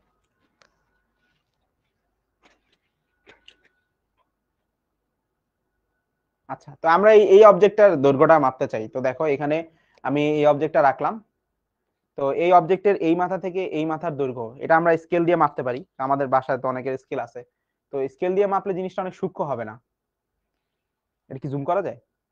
আচ্ছা, তাহলে এই যে এখান থেকে যদি আমরা স্কেল বসায় মাপি তাহলে অনেকে মাপতে পারি চাইলে, যেমন মনে করো এখানে ধরো কথার কথা, এখানে এটা কত নাম্বার দাগ, 100 দাগ থেকে শুরু হয়েছে, তো মোটামুটি 100 দাগ থেকে শুরু হয় 120, একটু পার করছে, 121-22 হবে, তাই না? 100 থেকে শুরু করে 100, এই তো 22-23, এই যে অনেকে বলবা যে 22, অনেকে বলবা 23, অনেকে বলবা 24, এই যে এক্স্যাক্টলি তো হচ্ছে না, তাই না? এক্স্যাক্টলি হচ্ছে না, তো এটা মাপার ওয়েটা কি? তো অনেকভাবে মাপা যায়। তো ফার্স্ট আমরা একটা দেখাই। এই যে আমরা হলো ফার্স্টে এই যে বস্তুটাকে দেখো কি করলাম, এই যে এখানে রাখলাম, এক মাথা ঠেকায় রাখলাম, এরপরে হচ্ছে আমরা এটাকে আটকাইলাম, জাস্ট এমন ভাবে আটকায় ধরবো, বেশি চাপ দিব না, বেশি চাপ দিলে আবার হচ্ছে এটা যে ইলাস্টিসিটির কারণে সংকুচিত হয়ে যেতে পারে। তো বেশি চাপ না, জাস্ট যতটুকু দিলে এটা থাকে, আটকায় থাকে এরকম। তাহলে এভাবে ধরে রাখবো। এবার এভাবে ধরে আমরা এখানে রিডিংটা নিব। তো এখানে দেখো রিডিং যখন আমরা নেই তখন এখানে মানটা কত আসে, যে এটার যে জিরো দাগটা, এটার যে জিরো দাগটা, এই জিরো দাগ থেকে দেখো কত আসছে, 20 ক্রস করছে, 20 ক্রস করছে। এই যে জিরো দাগটা কিন্তু এই যে 20 ক্রস করছে, 20 ক্রস করে কতটুকু গেছে দেখো তো, একদম তোমাদের কাছে নিয়ে আসলাম আমি। এই যে 21, 22, 23, 24, মোটামুটি 24 বলা যায়, তাই না? 24 বলা যাচ্ছে, হ্যাঁ 24 বা 23, অনেকের মধ্যে 23 আর 24 নিয়ে কনফিউশন থাকতে পারে। তো কোনো প্যারা নাই, তুমি যেটা ইচ্ছা বলো, 23 বা 24 যেটাই বলো বলো। এটা হচ্ছে প্রধান স্কেলের পার্ট, যেটা বললা 23 অথবা 24, এই যে এই দাগের সাথে যে জিরো দাগটা, যেই দাগ ক্রস করছে, শিওরলি ক্রস করছে, সেটা হচ্ছে প্রধান স্কেলের পার্ট। যে দাগটা হচ্ছে শিওরলি ক্রস করছে সেটা হচ্ছে প্রধান স্কেলের পার্ট। আচ্ছা, ভার্নিয়ার স্কেলের পার্টটা আমরা কিভাবে মাপবো? ভার্নিয়ার স্কেলের পার্টটা মাপার সিস্টেম হচ্ছে, এই ভার্নিয়ার স্কেলের যেই দাগটা আমার প্রধান স্কেলের সাথে একেবারে মিলে যাবে সেটা হচ্ছে ভার্নিয়ার সমপাতন। তো দেখো তো ভার্নিয়ার স্কেলের কোন দাগটা একেবারে পুরোপুরি মিলে গেছে, এটা কি দেখে বলা যায়?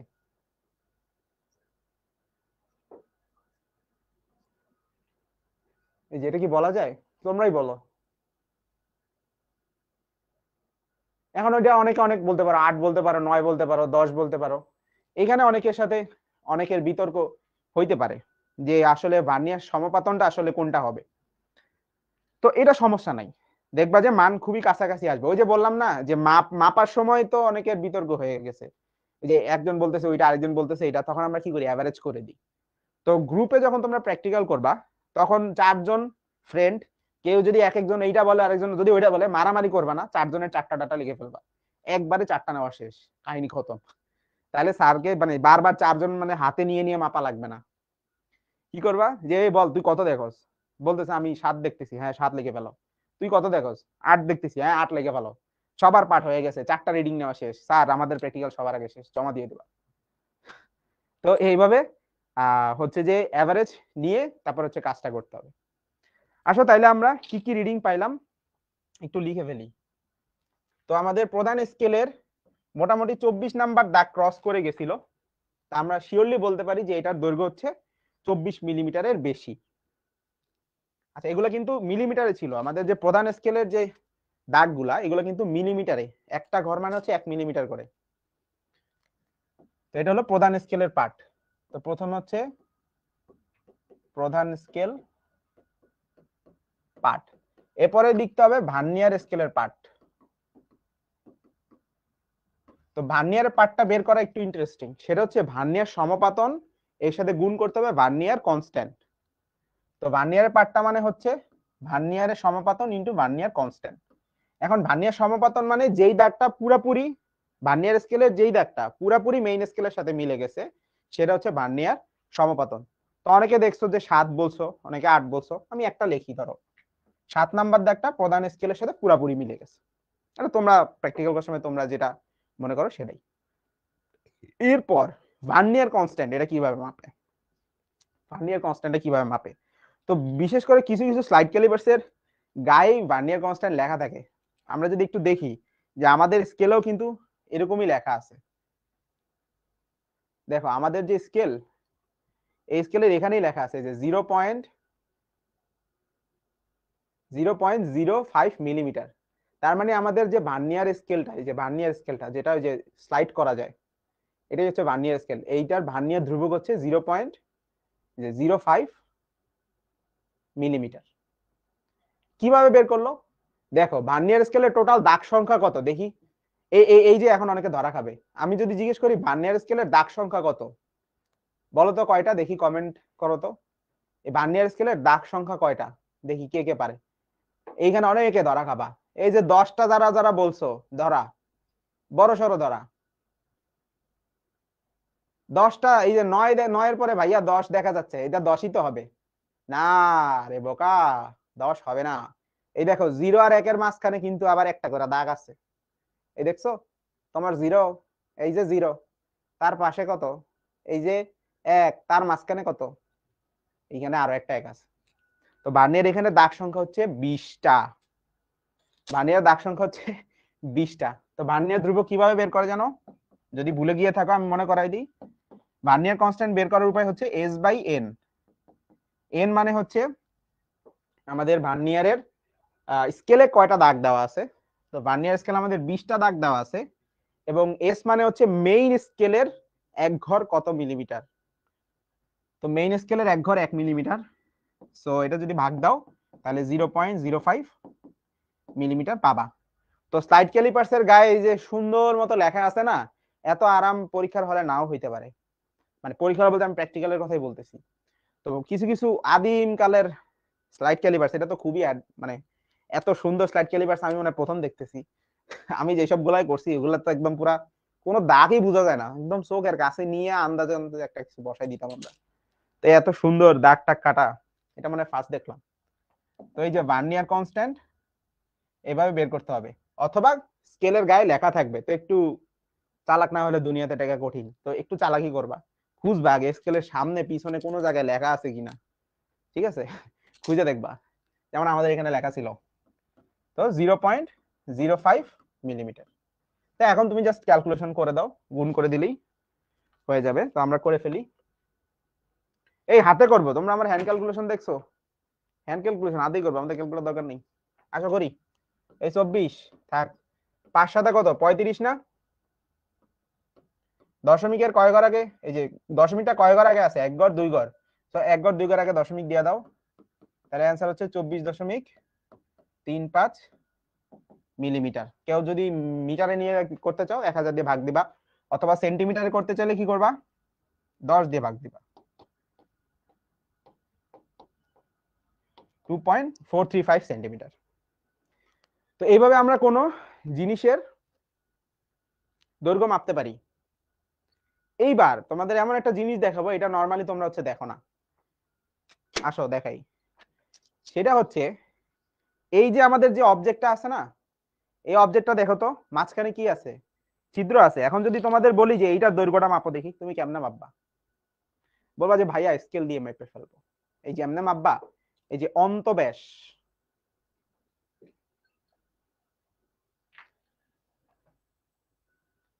এই যে এইখানে যে অন্তব্যাস, মানে ভিতরের ব্যাসটা কত হবে, আমরা যেটা মাপলাম একটু আগে সেটা তো বাইরের ব্যাস ছিল, তাই না? বাইরের এই যে এই মাথা থেকে একদম এই মাথা পর্যন্ত, বাট ভিতরেরটা কিভাবে মাপবো? এই দেখো, এই আমাদের স্লাইড ক্যালিপার্স এর উপরেও কিন্তু কিছু মাথা টাথা আছে। আমরা সব খালি এই যে এখান দিয়ে মাপা শিখছি, বাট এইটার ব্যবহার আমরা কেউ শিখি নাই তেমন একটা। এই এই মাথায় যে এখানে ঢুকাই দিব, ঢুকাই দিয়ে এই যে এই জোস না, এই যে এমন ভাবে ধরবো যাতে এটা পড়ে না যায়, বেশি টাইট দেওয়া যাবে না, তাইলে আবার ঝামেলা আছে। তাহলে এই যে এইটা দিয়ে আমরা কোনো এইরকম বস্তুর যেগুলা ফাঁপা ফাঁপা চোঙের অন্তব্যাস বা অন্তব্যাসার্ধ কিন্তু মাপতে পারি। তো রিডিং কিভাবে নিব? রিডিং ওই আবার আগের মতোই নিতে হবে। দেখো এই যে তোমরা যেভাবে দেখছো ওইটাই আমাদের ফোকাস, এই যে এবার ঠিক মতো হয়েছে।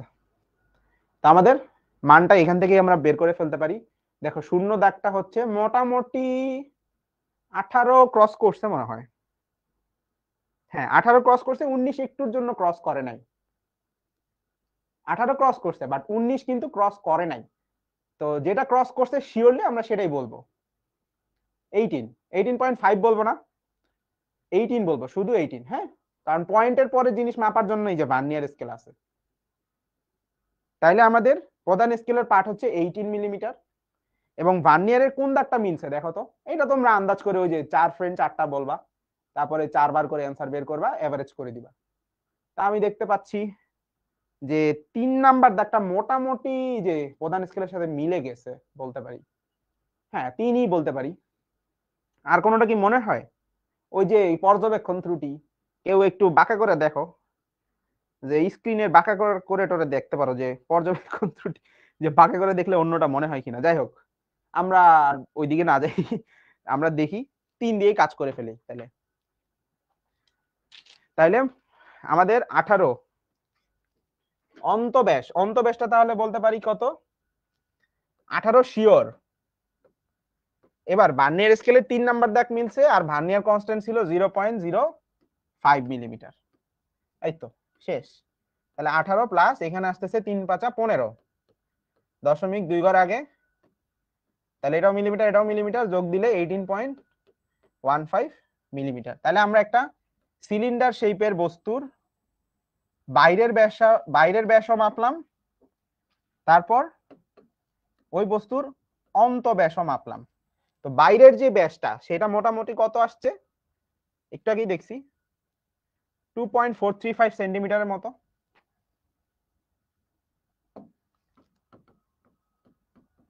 আর অন্ত যে ব্যাসটা সেটা মোটামুটি 1.815 সেন্টিমিটারের মতো। ঠিক আছে, তাহলে এভাবে আমরা কোনো বস্তুর বাইরের ব্যাস বা যে ফাঁপা নল যদি থাকে এরকম, তাহলে ভিতরের ব্যাস দুটোই মাপতে পারি স্লাইড ক্যালিপার্স ইউজ করে। Okay clear? কারো কোনো কোশ্চেন? ফেসবুকে দেখি কারো কোনো প্রশ্ন আছে কিনা,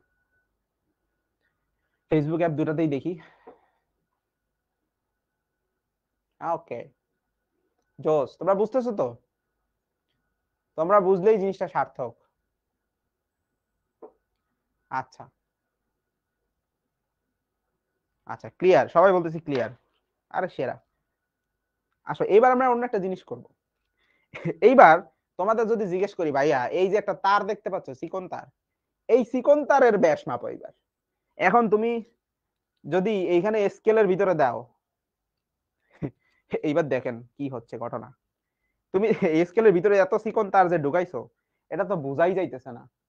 হ্যাঁ একটু বোঝা যাইতেছে যে সামান্য পরিমাণে গেছে, সামান্য পরিমাণে গেছে, বাট এইটা আসলে ভরসার যোগ্য না। একটু চাপ দিলেই মনে করো যে এই যে আবার একটু 0 0 মিলে গেল মিলে গেল। এইসব জিনিস মানে খুবই ছোট যদি হয়, খুবই ছোট যদি হয় তাহলে এটা আসলে স্লাইড ক্যালিপার্স ইউজ করে মাপা উচিত হবে না। তখন আমাদের দরকার হবে এই যে যন্ত্রটা, যার নাম হচ্ছে স্ক্রু গজ। তো স্ক্রু গজ দিয়ে আমরা এটা কিভাবে মাপবো একটু দেখে ফেলি। তো এই হলো আমাদের স্ক্রু গজ। তো স্ক্রু গজটাকে আমরা, স্ক্রু গজের আগে একটু দু একটা বৈশিষ্ট্য বলি। এখানে দুইটা স্কেল আছে স্লাইড ক্যালিপার্সের মতো। এইখানে যে দাগটা দেখতে পাচ্ছ এটা খুবই সূক্ষ্ম, এটা অত ক্লিয়ারলি মনে হয় বোঝা যাচ্ছে না, বাট আমি দাঁড়াও তোমাদের বোঝাই ছাড়বো। কেন বোঝা যাবে না? এই যে দেখো এখানে একটা স্কেল আছে, জিরো দাগ দেখতে পাচ্ছ, এখানে একটা স্কেল আছে,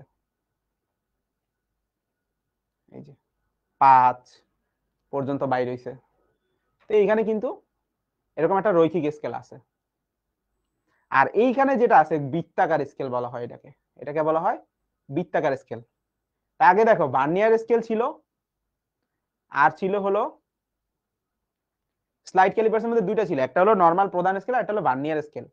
আর এইখানে স্ক্রু গজের মধ্যেও দুইটা স্কেল আছে, একটা হলো এই যে প্রধান স্কেল বা রৈখিক, আর একটা হচ্ছে এই যে চক্রাকার বা বৃত্তাকার স্কেল বলতে পারি আমরা এটাকে। তো দেখো এবার এর মাঝখানে আমরা তারটা ঢুকাই।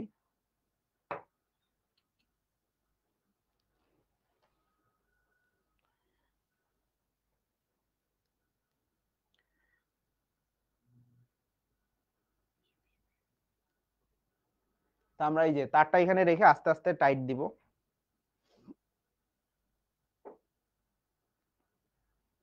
এটা ওই যে স্ক্রু, তোমরা অনেকেই হয়তো বা স্ক্রু ড্রাইভার দিয়ে স্ক্রু ঘুরায় থাকবা, ওই জিনিসই।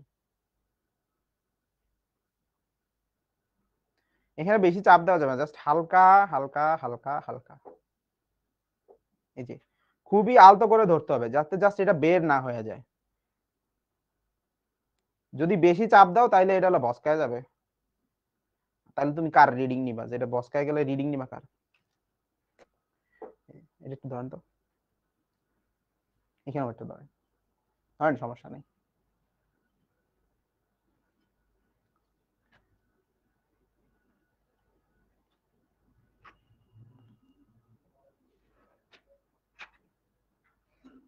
এই যে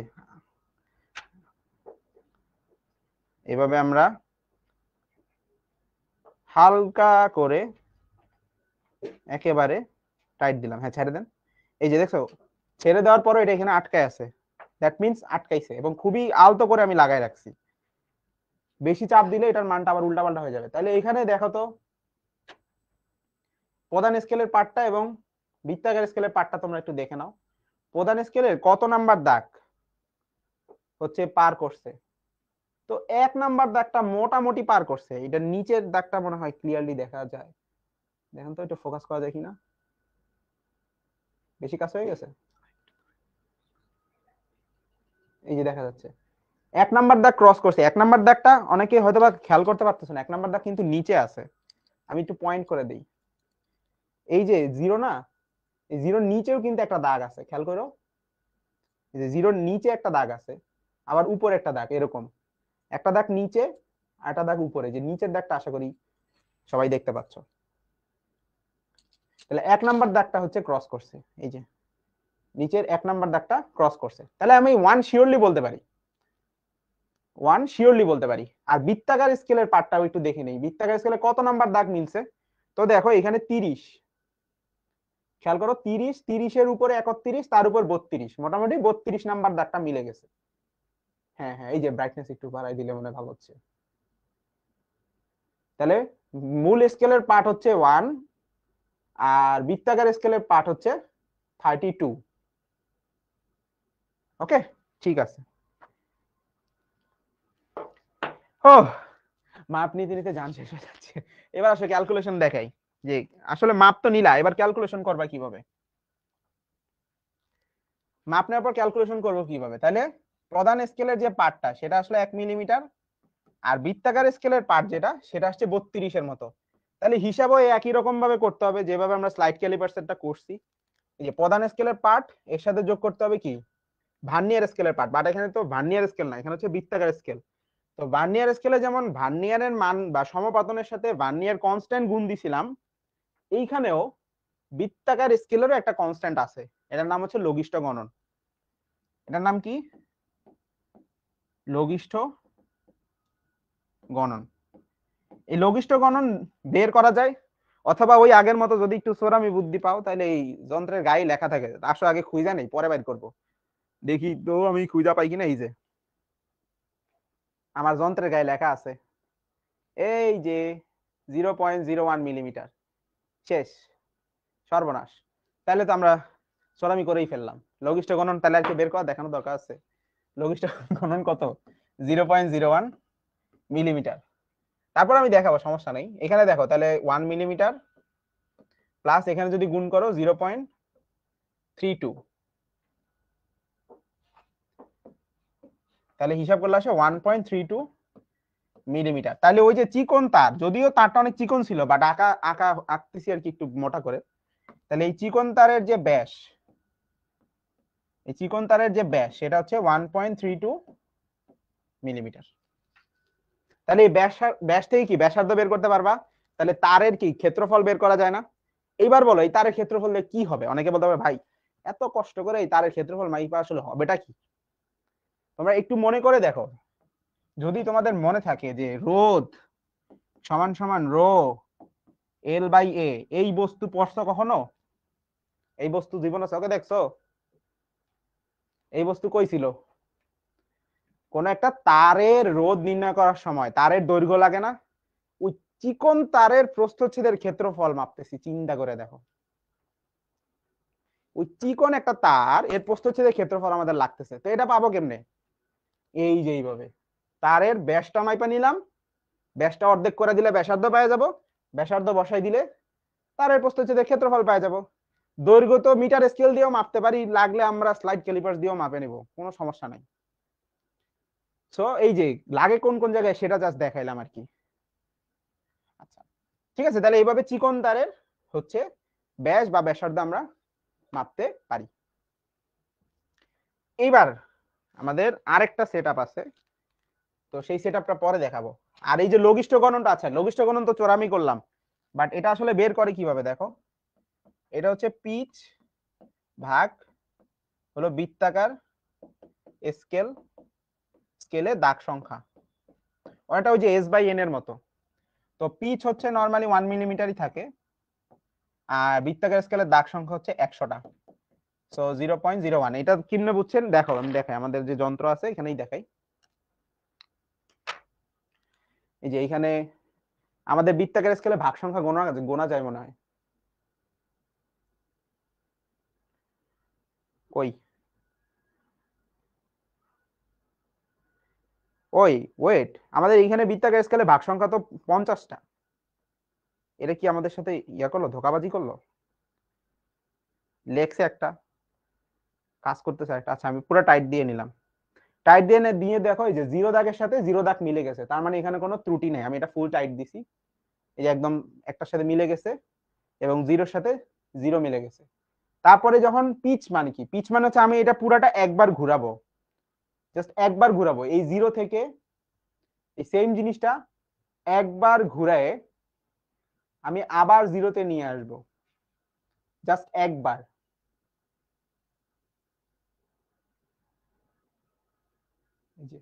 জিরো থেকে জিরোতে ঘুরায় একবার নিয়ে আসলে এটা এক ঘর পরিমাণ রৈখিক স্কেল বরাবর দাগ অতিক্রম করে। এই যে দেখছো এক ঘর পরিমাণ দাগ অতিক্রম করছে। যদি আরেকটু বাড়াই তাহলে দাগটা স্পষ্ট দেখা যাবে যে নিচে আছে দাগটা। তাহলে এইটাকে বলা হয় পিচ, ঠিক আছে, এটাকে বলা হয় পিচ। তাহলে পিচ হচ্ছে 1 মিলিমিটার, বাট নিচে বসবে হচ্ছে, এই যে পিচ হচ্ছে আমাদের কি 1 মিলিমিটার, নিচে বসবে হচ্ছে বৃত্তাকার স্কেলের দাগ সংখ্যা। এখানে আমাদের বৃত্তাকার স্কেলের দাগ আছে হলো 50টা। এই যে দেখো বৃত্তাকার স্কেলের দাগ আছে মোট কয়টা, যে টোটাল দাগ আছে 50টা। হ্যাঁ 50টাই আছে। এই যে 45 পর্যন্ত না, 45, এই যে 40, তারপর 45, তারপর কি 46, 47, 48, 49, এই যে 50, তারপর আবার জিরো থেকে শুরু। তাইলে মোট এখানে দাগ আছে 50টা। তাইলে এই যে এরা ভুয়া লিখছে, এইটা মনে করছে যেন আরেকটা সিরিয়াল লাগাই দিছে। এ এইটা হলো যে স্টিকারটা খুলে ফেলতে হবে। এই যে মনে করো এই যে দেখছো দুইটা নাট দিয়ে এই জিনিসটা লাগাইছে, একটু দেখাই। এই যে নাট দিয়ে লাগাইছে, মনে হয় আরেকটার জিনিস এখানে লাগাই দিছে তারা। এই যে নাট দিয়ে হচ্ছে লাগাই দিছে, নাট দুটো দেখা যায়, এই যে দেখা যাচ্ছে ওদের চায়না জিনিস। ওই একজন বলছে চাইনিজ প্রোডাক্ট। সেই আরে আসলে মনে হয়, তাহলে এটা হবে 50। তাহলে 1/50 কত হয়, রে 1/50 হচ্ছে 0.02, এটা 0.02 হবে। এই যে তোমাদের স্যাররা যদি এটা দেখে, মানে মনে করে এই স্কুল স্যারদের দেওয়া দরকার, তোমরা ওই যে চুরি করবা না, 0.01 বসাই দিবা, কিন্তু স্যার তো ধরে ফেলবে, বলবে এই যে এই ছেলে এটা তো 0.01 না। তখন কি হবে, তখন বলবা স্যার আমি দেখে দেখে বসাই দিয়েছিলাম, যে নোমান ভাই আমাদের আগে চুরি করতে বলছিল। ও ভাই, তো যাই হোক, এটা 0.02 হবে আর কি। তো 32 দুগুণ 64, 0.64 হবে, এখানে 0.64 হবে, এটা একটু খেয়াল রাখবা, ঠিক আছে। ওকে। আচ্ছা বৃত্তাকার স্কেল পুরাপুরি মিলে না গেলে কি হবে, ওই যে মিলে না গেলে ওইখানেই তো ত্রুটি, ত্রুটিগুলো কিভাবে ঠিক করতে হয় সেটা আমি বলবো, ত্রুটি কিভাবে ঠিক করতে হয় সেটা বলতেছি। আচ্ছা লঘিষ্ঠ গণন তাহলে আশা করি বুঝতে পারছো, যে লঘিষ্ঠ গণন হলো যে, যে খেয়াল করে দেখো সূত্র যেটা বললাম, এই যে পিচ ভাগ বৃত্তাকার স্কেলের দাগ সংখ্যা, তার মানে বৃত্তাকার স্কেলের দাগ যদি 50টা হয়, 50 বার ঘুরাইলে 1 মিলিমিটার যায়, তাহলে এক দাগ যদি ঘুরাই তাইলে 0.02 মিলিমিটার পর্যন্ত যায়। তার মানে এই বৃত্তাকার স্কেল দিয়ে বা এই স্ক্রু গজ দিয়ে আমরা সর্বনিম্ন 0.02 মিলিমিটার পর্যন্ত মাপতে পারবো, এর চেয়ে সূক্ষ্ম মাপা যাবে না। কেউ যদি দাবি করে যে আমি স্ক্রু গজ দিয়ে 1.731 মিলিমিটার পর্যন্ত মাপছি, এটা হলে এক নাম্বারের গাঁজাখুরি কথা। আমরা হলো অনেক সময় মানে পশ দেখাইতে যায়, স্যারদেরকে ইমপ্রেস করতে যায়, স্যার আমি দশমিকের পর 3 ঘর রেখেছি, আমারটা বেশি অ্যাকুরেট। তখন স্যার তোমার গলা চাইপা ধরবে, এই বলো দশমিকের পর 3 ঘর তুই মাপলি কেমনে? দশমিকের পর তুমি 3 ঘর মাপছো কেমনে বলো আমারে? তুমি এই দেখো লঘিষ্ঠ গণন হচ্ছে 0.02, তুমি দশমিকের পর 2 ঘর মাপতে পারবা, এর চেয়ে অ্যাকুরেটলি তোমার মাপা সম্ভব না। তুমি 731 পাইলা কই? বুঝছো? তুমি কি বুঝতেছো আমি কি বলছি? যে 0.02 এর সাথে তুমি যাই গুণ করো না কেন, তুমি কি দশমিকের পর 2 ডিজিটের বেশি পাবা? পাবা না। তো স্যার তখন ধরে ফেলবে যে তোমার কার সাথে, যে এ নিশ্চয়ই এই কারোটা দেখে মাইরে দিছে, শিওর এক্সপেরিমেন্ট তো করেই নাই, মেরে দিছে। তো এই জন্য সবসময় একটা কথা মনে রাখতে হয়, প্র্যাকটিক্যালে যা পাবা তাই লিখবা। বেশি পাকনামি করতে গেলে স্যার যদি চালাক হয় তোমার একদম বাস দিয়ে দিতে পারে। মানে বিশেষ করে আমার কাছে পড়লে তো আমি তো বাস দিবই, আমার খুব মজা লাগে স্টুডেন্টদের প্যারা দিতে, কারণ আমি প্যারা খাইছি, আমি প্যারা দিব না, স্বাভাবিক। ও আসলে লঘিষ্ঠ গণন তার মানে আশা করি বুঝতে পারছো। এই যে এখন আসি যে শুদ্ধতার মান, এখানে যে একজন কোশ্চেন করছিল যে ভাই ত্রুটি হইলে কি করব, যে জিরোর সাথে জিরো যদি না মিলে তাইলে কি করব? তাহলে তো অবশ্যই বুঝতেছো ত্রুটি হইছে। তো এই ধরনের ত্রুটিকে আমরা শুদ্ধ করব কিভাবে? তো এই ত্রুটি নিয়েই হচ্ছে আমাদের এখন কথাবার্তা। তো ত্রুটি অনেক রকম হইতে পারে, যত রকমেরই হোক। সহজ কথায় আমরা আমাদের এক্সপেরিমেন্ট গুলার ক্ষেত্রে যেই সকল রাশিতে ত্রুটি হয়, ওইটা যদি আবার আরেকটার উপর ডিপেন্ড করে তখন আসলে ঝামেলা আরো বড় হয়। যেমন সংক্ষেপে যদি বলি, ধরো কোনো বস্তুর দৈর্ঘ্য মাপার সময় আসছে 1 মিটার, বাট দেখা গেল যে সম্ভাবনা আছে, কেউ দাবি করছে যে না এটা 1 মিটার হবে না, আচ্ছা সেন্টিমিটারে বলি 100 সেন্টিমিটার আসছে, কেউ বলছে যে না ভাই এটা 102 সেন্টিমিটার হবে। তোমার আরেক বন্ধু সলিম উদ্দিন সে দাবি করছে না ভাই 98 সেন্টিমিটার হবে।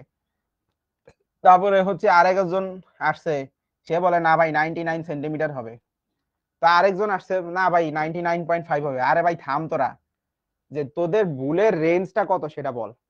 তো ধরো এভারেজ করে পাইলে 100, এবার দেখলা 100 চেয়ে সবচেয়ে বেশি উপরে আছে 102 আর সবচেয়ে নিচে আছে 98, তার মানে তুমি এখানে একটা +-2 মেরে দিলা যে স্যার আমার অ্যান্সার আসছে 100, 2 বেশিও আসতে পারে কমও আসতে পারে, 98 থেকে 102 এর মধ্যেই হবে। তো এইটা হচ্ছে লেখার সবচেয়ে ভালো বা স্মার্ট ওয়ে, যে আমি এখানে স্বীকার করে নিছি হ্যাঁ ভাই এক্সপেরিমেন্ট করতে গেলে তো ভুল হবেই, মানে ইরর থাকবেই। এটা অনেক কারণে আসতে পারে, সেটা মেশিনের ত্রুটির কারণে আসতে পারে বা দেখার কারণে আসতে পারে। বিভিন্ন জন যে বললাম না এভারেজ করতে হয়েছে, যে বিভিন্ন জন বিভিন্ন দাবি করতেছে, বাট সবাই 100-র আশেপাশেই দাবি করতেছে। তো এটা হলো অ্যাকচুয়ালটা, এটা হচ্ছে ত্রুটির পরিমাণ, এইটাকে বলা হয় পরম ত্রুটি। এই জিনিসটাকে বলা হয় কি? পরম ত্রুটি। এইবার শতকরা ত্রুটি বা আপেক্ষিক ত্রুটি জিনিসটা কি? এটা হলো পার্সেন্টেজে বলতে হয়। আপেক্ষিক ত্রুটিটা হচ্ছে পার্সেন্টে বলতে হয়। পার্সেন্টে কিভাবে?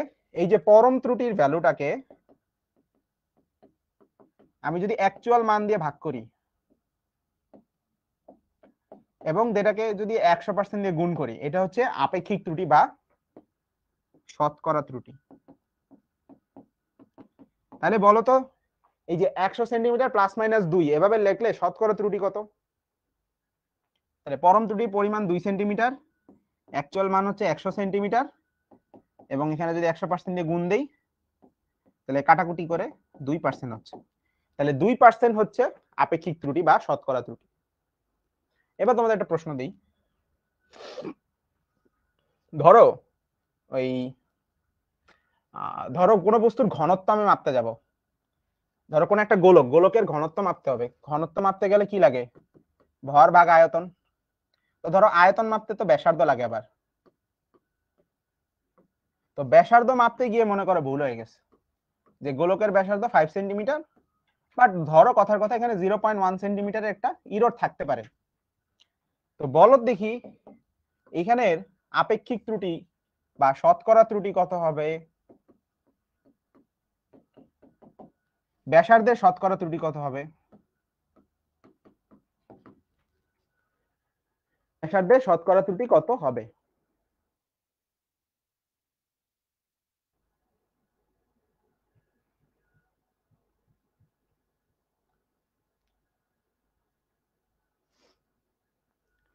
এই যে 2.5 দেখতে পাচ্ছি, 2 দেখতে পাচ্ছি।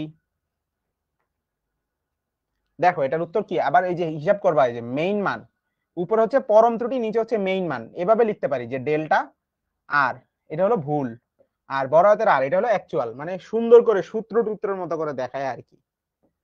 তাহলে ডেল্টা আর মানে হলো ত্রুটিটা 0.1 সেন্টিমিটার, অ্যাকচুয়াল মান হচ্ছে 5 সেন্টিমিটার। এটাকে যদি পার্সেন্টেজে লিখতে চাও তাহলে 100% দিয়ে মাল্টিপ্লাই করে দিবা, তাহলে এখানে আসবে হচ্ছে সেন্টিমিটার কাটা 22%।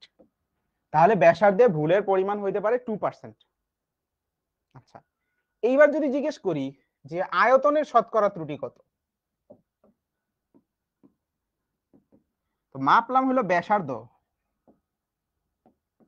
আয়তনের শতকরা ত্রুটি কেমনে বের করব,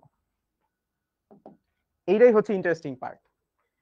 যে আমরা যখন কোনো একটা রাশিতে ভুল করে ফেলি, এই যে এই রাশিতে ভুল করে ফেলি, এই রাশির উপর ডিপেন্ডেন্ট যারা আছে তাদেরও নির্ণয় করার সময় একটা ভুল হইতে পারে, এবং এই ভুলের মাত্রাটা তাদের মাত্রার উপর ডিপেন্ড করে, ভুলের মাত্রা তাদের মাত্রার উপর ডিপেন্ড করে। কিভাবে, এই যে ভুলের পরিমাণটা অর্থাৎ আয়তনের শতকরা ত্রুটি, যেটা যে আয়তনের ত্রুটি ভাগ আয়তনের অ্যাকচুয়াল মান, এটা হবে ব্যাসার্ধের ত্রুটি বা ব্যাসার্ধের অ্যাকচুয়াল মান, অর্থাৎ শতকরা ত্রুটি এর, শতকরা ত্রুটি এর এই যে 3 গুণ। তাহলে পাওয়ারের উপর ডিপেন্ড করবে, ঠিক আছে, কিসের উপর ডিপেন্ড করবে, পাওয়ারের উপর ডিপেন্ড করবে। তাহলে আমাদের ব্যাসার্ধের মাথার উপরে পাওয়ার আছে 3, তার মানে ব্যাসার্ধতে শতকরা ত্রুটি যদি 2% হয়, তাহলে আয়তনের শতকরা ত্রুটি আমাদের 6%, মানে আয়তনের 6% পর্যন্ত ভুল হইতে পারে। ব্যাপারটা বুঝছি। এরকম আরো অনেকগুলো সূত্র থাকে, যেমন ধরো তোমাদের আরেকটা দেই, ধরো কোন একটা বস্তুর পর্যায়কাল নির্ণয়ের সূত্র, সরল দোলকের পর্যায়কাল নির্ণয়ের সূত্র, এটা তো তোমরা দেখছো 9-10-এ, ওই যে এরকম পেন্ডুলামের পর্যায়কাল নির্ণয় করার জন্য যে সূত্রটা। তো এটা এল এর উপরও ডিপেন্ড করে, আবার জি এর উপরও ডিপেন্ড করে। ধরো এল মানে কি বুঝায়, এই যে সরল দোলকটার যে দৈর্ঘ্য, এটাকে বলি আমরা এল, এই যে মাঝখান পর্যন্ত একেবারে। আর জি মানে তো ওই স্থানের অভিকর্ষজ ত্বরণ। তো ধরো ওই স্থানের অভিকর্ষজ ত্বরণ 9.8 প্লাস মাইনাস ধরো 0.1, সামান্য পরিমাণ 19-20 হইতে পারে, ওই স্থানের অভিকর্ষজ ত্বরণের মান হচ্ছে এরকম। আর দৈর্ঘ্য যেটা মাপলা সেটা ধরো এই 1 মিটার বা 100 সেন্টিমিটার, এই দৈর্ঘ্যতে ধরো 2 সেন্টিমিটার কম বেশি হইতে পারে। তাহলে এবার বলো দৈর্ঘ্যের শতকরা ত্রুটি কত,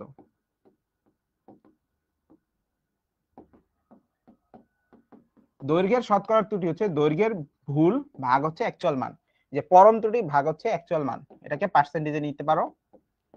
তাহলে এখানে আসবে 2 ভাগ 100 ইন্টু 100%, হুইচ ইজ 2%। এইবার অভিকর্ষ ত্বরণে বা জি এর মানে শতকরা ত্রুটি কত,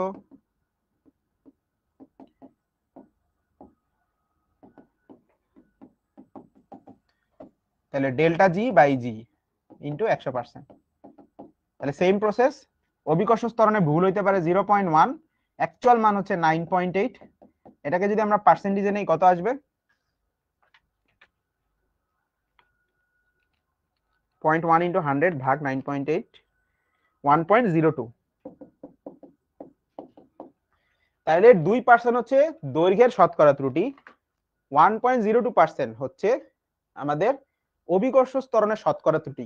এইবার যদি তোমাকে প্রশ্ন করা হয় তাইলে বলো দেখি, এই যে টি মানে পর্যায়কাল, পর্যায়কালের শতকরা ত্রুটি কি হবে। তাহলে দেখো আমি কিন্তু পর্যায়কাল মাপি নাই, এল মাপছি জি মাপছি, তাহলে পর্যায়কালের শতকরা ত্রুটি কি হবে, এই যে ডেল টি বাই টি এটা কি হবে, কি বলছিলাম, মাত্রার উপর ডিপেন্ড করবে, মানে পাওয়ারের উপর ডিপেন্ড করবে। তাহলে দেখো টি নির্ণয় করার জন্য এল ও দরকার, জি ও দরকার। তো এল এর ত্রুটি হইলে টি ইফেক্টেড হবে, জি এর যদি ভুল হয় তাহলে জি এর ভুলের কারণে টিটা আবারও ইফেক্টেড হবে, মানে দুইটা কারণে টি এর উপর প্রভাব পড়তে পারে। এল এ ভুল হইলেও টি এর উপর প্রভাব পড়বে, জি তে অভিকর্ষ ত্বরণ মান ভুল করলেও টি এর মানটা কিন্তু ভুল আসতে পারে। সো এই ভুলগুলোর সাথে পাওয়ার রিলেটেড হবে। এখানে এল এর পাওয়ার কত, হাফ, তো এখানে হাফ গুণ জি এর পাওয়ার কত, জি এর পাওয়ার এখন বলতে পারো যে ভাই মাইনাস হাফ, জি এর পাওয়ার তো মাইনাস হাফ। এবার কি হবে, তাহলে কি আমরা এখানে মাইনাস হাফ লিখবো, কি বলো তোমরা, বলো তো দেখি, মাইনাস হাফের সাথে সহমত করা কারা, আমরা কি এখানে মাইনাস হাফ লিখবো প্লাস লিখবো,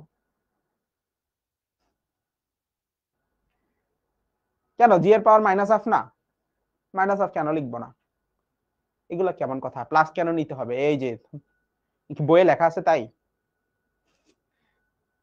বইয়ে লেখা আছে তাই। আচ্ছা প্লাসই নিব, বাট পিছনে লজিকটা জানতে হবে। মাইনাস হয় না এমন না, মাইনাসই আসলে হইছে, বাট এই মাইনাসটা কিভাবে প্লাস হলো এটাও তোমাদের হচ্ছে ব্যাখ্যাটা জানতে হবে। আচ্ছা তো ধরো আমরা সবসময় বের করি ভুলের রেঞ্জ, ভুলের রেঞ্জ বের করি, যে ম্যাক্সিমাম কত পর্যন্ত ভুল হইতে পারে আমাদের সেটা যাইতে হবে। তো ধরো এখানে মাইনাস হাফই ছিল, এই যে জি এর যে মানটা, জি এর যে মানটা এটা যে 1.02% বললাম, এটা তো 1.02% বেশিও হইতে পারে, 1.02% কমও তো হইতে পারে। তুমি যখন এখানে মাইনাস লিখে এখানে 1.02 দিবা, তখন তো আরো ত্রুটির পরিমাণ কমে আসতেছে, এটা তো রাইট না, এটা তো ঠিক না। কারণ এখানেও ভুল হয়েছে এখানেও ভুল হয়েছে, তাহলে তো ভুলে ভুলে একদম পুরো একাকার হয়ে যাওয়ার কথা। এখানে তুমি কি করতেছো, দেখলা যে দৈর্ঘ্য, ধরো কথার কথা, কথার কথা ধরো এখানেও ভুল হচ্ছে 1%, এখানেও ভুল হচ্ছে 1%, তাহলে কি 1% মাইনাস 1% 0%, ইয়ে দৈর্ঘ্য তো ভুল হয়েছে, জি তো ভুল হয়েছে, কিন্তু টি তে কোনো ভুল হবে না। ব্যাপারটা কি এরকম, এরকম হয়? তোমার আর কি হওয়ার কথা, দৈর্ঘ্যতে 1% ভুল হয়েছে, জিতে 1% ভুল হয়েছে, তাহলে তো আরো 2% ভুল হওয়ার কথা। তার মানে তোমাকে ম্যাক্সিমামে চিন্তা করতে হবে। এখানে মাইনাস ঠিকই আছে, বাট জি এর মানটা যে 1.02%, এটা কিন্তু প্লাসের দিকেও আছে মাইনাসের দিকেও আছে। তো এই জি এর ভুলটা যদি নেগেটিভের দিকে চলে যায়, তাহলে কিন্তু ভুলের পরিমাণটা অনেক বেড়ে যাবে। তা আমাদের সবসময় এটা ভাবতে হবে যে ম্যাক্সিমাম কত পর্যন্ত ভুল হইতে পারে, সর্বোচ্চ কত দূর পর্যন্ত যাইতে পারে, এইটা আমাকে লিখতে হবে। সো এই মাইনাসটা আর এই জি এর তখন আমাদের মাইনাস পার্সেন্টেজটা নিতে হয়। তো এই এত গ্যাঞ্জাম কিছু না করে, সহজ কথা, বইয়ের ভাষা, সব সময় ইরর গুলার অ্যাবসলিউট ভ্যালু নিবা, তাইলেই হবে, শেষ। ওকে, এখানে আসলে মাইনাসই ছিল, বাট জি এর ওই মাইনাসটা নিলে, মাইনাস ইরর নিলে মাইনাসে মাইনাসে প্লাস হয়। এখন বলতে পারবে ভাই জি এর কেন মাইনাস ইরর নিব, কারণ ওই যে তোমাকে বললাম যে যত বেশি ভুলের রেঞ্জ বাড়ানো যায় ততটাই হচ্ছে লিখে দিতে হয়। ওকে আচ্ছা, তো এখন মান বসাই দাও, দৈর্ঘ্যের 2% আর জি এর জন্য 1.02%, তাহলে কত আসবে,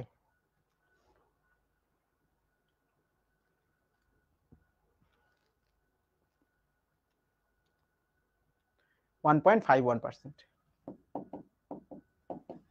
তাহলে এটা হলো আমাদের পর্যায়কালের ত্রুটি। ওকে, কারো কোনো প্রশ্ন? আচ্ছা হাফ কেন হয়েছে, এই যে রুট আছে না, রুট, রুটের কারণে। এই যে এল এর মাত্রা কত, এখানে হাফ, তারপর এখানে জি এর মাত্রা কত, হাফ, এই কারণে হাফ হয়েছে। যে বললাম মাত্রাটা হচ্ছে গুণ হবে, মাত্রা, এই যে ঘনত্বতে ঠিক যে কারণে 3 গুণ হয়েছিল ওই কারণেই। ওকে,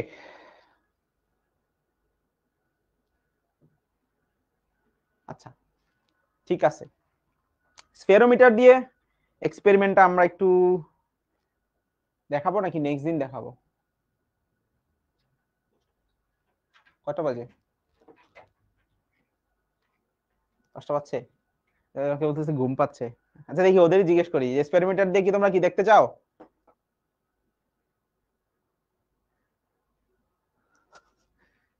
ইয়েস না তো পুরো 50-50। একটা ইয়েস একটা না, একটা নিয়ে একটা না। ও ভাই, আচ্ছা তোমাদের কিন্তু নেক্সট দিন সিকিউ সলভ হবে। আর এইখানে দেখো তোমাদের কিছু প্রবলেমও দেওয়া আছে, এই প্রবলেমগুলো তোমরা এইচডব্লিউ করবে, এগুলো আমি পড়াই দিছি। যে পরম ত্রুটির কথা যেটা বললাম, এখানে আর কি ওই এভারেজ মানটা কেন নিতে হয় সেটা অ্যাকচুয়াল মান। এই যে এখানে বললাম না, এই যে মনে করো যে বিভিন্ন ফ্রেন্ড বিভিন্ন মান দাবি করতেছে, তাহলে অ্যাকচুয়াল মান কোনটা নিব? এদের এভারেজ করে যেটা হয় সেটা হলো অ্যাকচুয়াল মান। দেন এই অ্যাকচুয়াল মান থেকে ওই 100 থেকে ধরো 102 বিয়োগ করলে ত্রুটি আসবে 2, এই 100 থেকে 98 বিয়োগ করলে ত্রুটি আসবে 2, এখান থেকে 99 বিয়োগ করলে ত্রুটি আসবে 2। তো এভারেজ ত্রুটিটা হচ্ছে এখানে বসাইতে হবে, বা ম্যাক্সিমামটাও বসানো যায় এখানে, তোমাদের কি যে প্রসেসে করো সমস্যা নাই। তোমাদের এখানে খেয়াল রাখতে হবে যে কোনটা আর কি ফলো করতে বলা হয়। এটা হলো যে এক এক সময় এক একটা করা হয়, যেমন মনে করো খুবই সেন্সিটিভ কেস হলে ম্যাক্সিমাম ত্রুটিটা হচ্ছে নিয়ে নিয়ে কাজ করতে হয়। যেমন মনে করো 19 থেকে 20 হলেই ঝামেলা, ভাই আমি সেফে থাকবো যত ভুল হইতে পারে বই বলেন। তো তখন হচ্ছে ম্যাক্সিমাম ইরর নিয়ে কাজ করতে হয়। তো বেশিরভাগ সময় সেন্সিটিভ কাজের ক্ষেত্রে এগুলো করা হয়, বাট এই যে দৈর্ঘ্য দৈর্ঘ্য মাপতেছি এগুলো তো এত সেন্সিটিভ না। তো তুমি চাইলে অ্যাভারেজ ইররও বসাইতে পারো। এই জন্য এখানে দেখো, এখানে বলছে গড় পরম ত্রুটি, মানে সবগুলা ত্রুটিকে যদি আমরা অ্যাভারেজ করি তাহলে পাবো গড় পরম ত্রুটি। আর মানটাই যেভাবে লেখা হয়, যে অ্যাকচুয়াল মানের সাথে ওই যে ত্রুটিটা প্লাস বা মাইনাস আকারে লেখা হয়ে থাকে। আর আপেক্ষিক ত্রুটি তো বললাম, পরম ত্রুটিকে অ্যাকচুয়াল মান দিয়ে ভাগ করলে হচ্ছে আপেক্ষিক ত্রুটি পাওয়া যায়। শতকরা ত্রুটি আর আপেক্ষিক ত্রুটি একই। আর এটাই ব্যাখ্যা করছি। সূত্র টুত্র দেখে অনেকে মাথাটা ঘুরাইতে পারে, এই জন্য আমি আগেই মানে অঙ্ক দিয়ে বুঝাই দিছি, তারপরে দেখো আস্তে ধীরে, সমস্যা নাই। এই যে এগুলো হলো পাওয়ার, হ্যাঁ এগুলো হলো ওই যে পাওয়ার, যেমন ওই যে সামনে হাফ দিছিলাম 3 দিছিলাম, এগুলো হচ্ছে ওই পাওয়ার গুলা বোঝাচ্ছে। আর পরিমাপের যন্ত্রপাতি তো আগেই বুঝাই দিছি। এই তো কিছু ম্যাথ আছে, এগুলো তোমাদের এইচডব্লিউ থাকবে, কোনটা যদি না বুঝতে পারো এগুলো জানাও। আর এই যে যেটা বলতেছিলাম যে স্পেরোমিটার, তাহলে স্পেরোমিটার নেক্সট দিনই আমরা দেখবো না। এই যে স্পেরোমিটার দেখা রাখো এই জিনিস, এটা হচ্ছে নতুন। এটা দিয়ে আমি কি করব সেটা একটু বলে দেই। আমাদের যে দর্পণ ছিল, এই যে দর্পণ, যে গোলীয় দর্পণ না, আমরা বলতাম না গোলীয় দর্পণের বক্রতার ব্যাসার্ধ আর, গোলীয় দর্পণের একটা বক্রতার ব্যাসার্ধ থাকতো লেন্সে বা দর্পণে, লেন্সে বা দর্পণে যে ব্যাপারগুলো থাকতো, এই যে যেমন মনে করো এটা একটা গোলাকার, তারপরে এই যে এখান থেকে কেটে আমরা ওই যে গোলীয় দর্পণ বানাইতাম। তো এটা যেই গোলকের অংশ, ওই গোলকের ব্যাসার্ধকে আমরা বলতাম বক্রতার ব্যাসার্ধ, মনে আছে আমাদের দর্পণের অধ্যায় ছিল। তো এই বক্রতার ব্যাসার্ধ কিভাবে মাপা যায় সেটা স্পেরোমিটার দিয়ে হচ্ছে মাপা সম্ভব। তো এটা আমি নেক্সট দিন করে দেখাবো। তো কারো কোনো প্রশ্ন থাকলে আমরা একটু উত্তর দেওয়ার চেষ্টা করি। আর আজকের ক্লাস কেমন লাগলো অবশ্যই তোমরা শিখবো জিতবোতে পোস্ট করবা, কারণ তোমাদের যদি ভালো না লাগে তাহলে আসলে আমাদের ফিডব্যাকটা অনেক ইম্পর্টেন্ট, যে তোমার কোথায় ভালো লাগে না বা কোন জিনিসটা সবচেয়ে তোমার ভালো লাগছে। Feedback always important. মনে করো আমি ইলেকট্রিক্যালের মানুষ, ইলেকট্রিক্যাল দিয়েই বলি, ধরো একটা সার্কিট আমি বানায় রাখছি, এই সার্কিটে যদি কোনো ফিডব্যাক না থাকে তাহলে এটা আউটপুট দিয়ে যাইতেই থাকবে দিয়ে যাইতেই থাকবে, কোনো খবর নাই কি দিচ্ছি না দিচ্ছি এগুলো বোঝা যায় না। তো ফিডব্যাক ইম্পর্টেন্ট। আচ্ছা সার্কিট দিয়ে না বুঝতে পারো, দেশের অবস্থা দিয়ে বুঝাই। মনে করো আমি একটা ব্রিজ বানায় রাখছি, এই ব্রিজ আমাদের কোনো কাজেই লাগতেছে না, তো এই ব্রিজ দিয়ে আমি কি করব? তো ফিডব্যাক তো লাগবে মানুষের, যে ওই ব্রিজ বানানোর কারণে মানুষের কি উপকার হয়েছে নাকি কি ক্ষতি হয়েছে, এই জিনিসগুলো জানার দরকার আছে না। সো ফিডব্যাক অলওয়েজ ইম্পর্টেন্ট কোন একটা প্রজেক্ট বা কাজের ক্ষেত্রে। সো ক্লাসের রিভিউ অবশ্যই দিবা, বুঝতে পারছো? আচ্ছা, ভালো খারাপ যা ইচ্ছা তাই লিখবা, যেটা তোমার ভালো লাগছে সেটা লিখবা, যেটা খারাপ লাগছে সেটা লিখবা। খারাপটা দেখলে আমি বুঝতে পারবো এই কাজ আর করা যাবে না, আর যেটা ভালো লাগছে ওটা বললে ইয়েস এই কাজই বেশি বেশি করতে হবে। ওকে, ঠিক আছে, তাহলে আজকে আমাদের ক্লাস আমরা এখানে শেষ করতে পারি। নেক্সট দিন দেখা হবে ইনশাল্লাহ। সবাই ভালো থাকো, সুস্থ থাকো, আল্লাহ হাফেজ।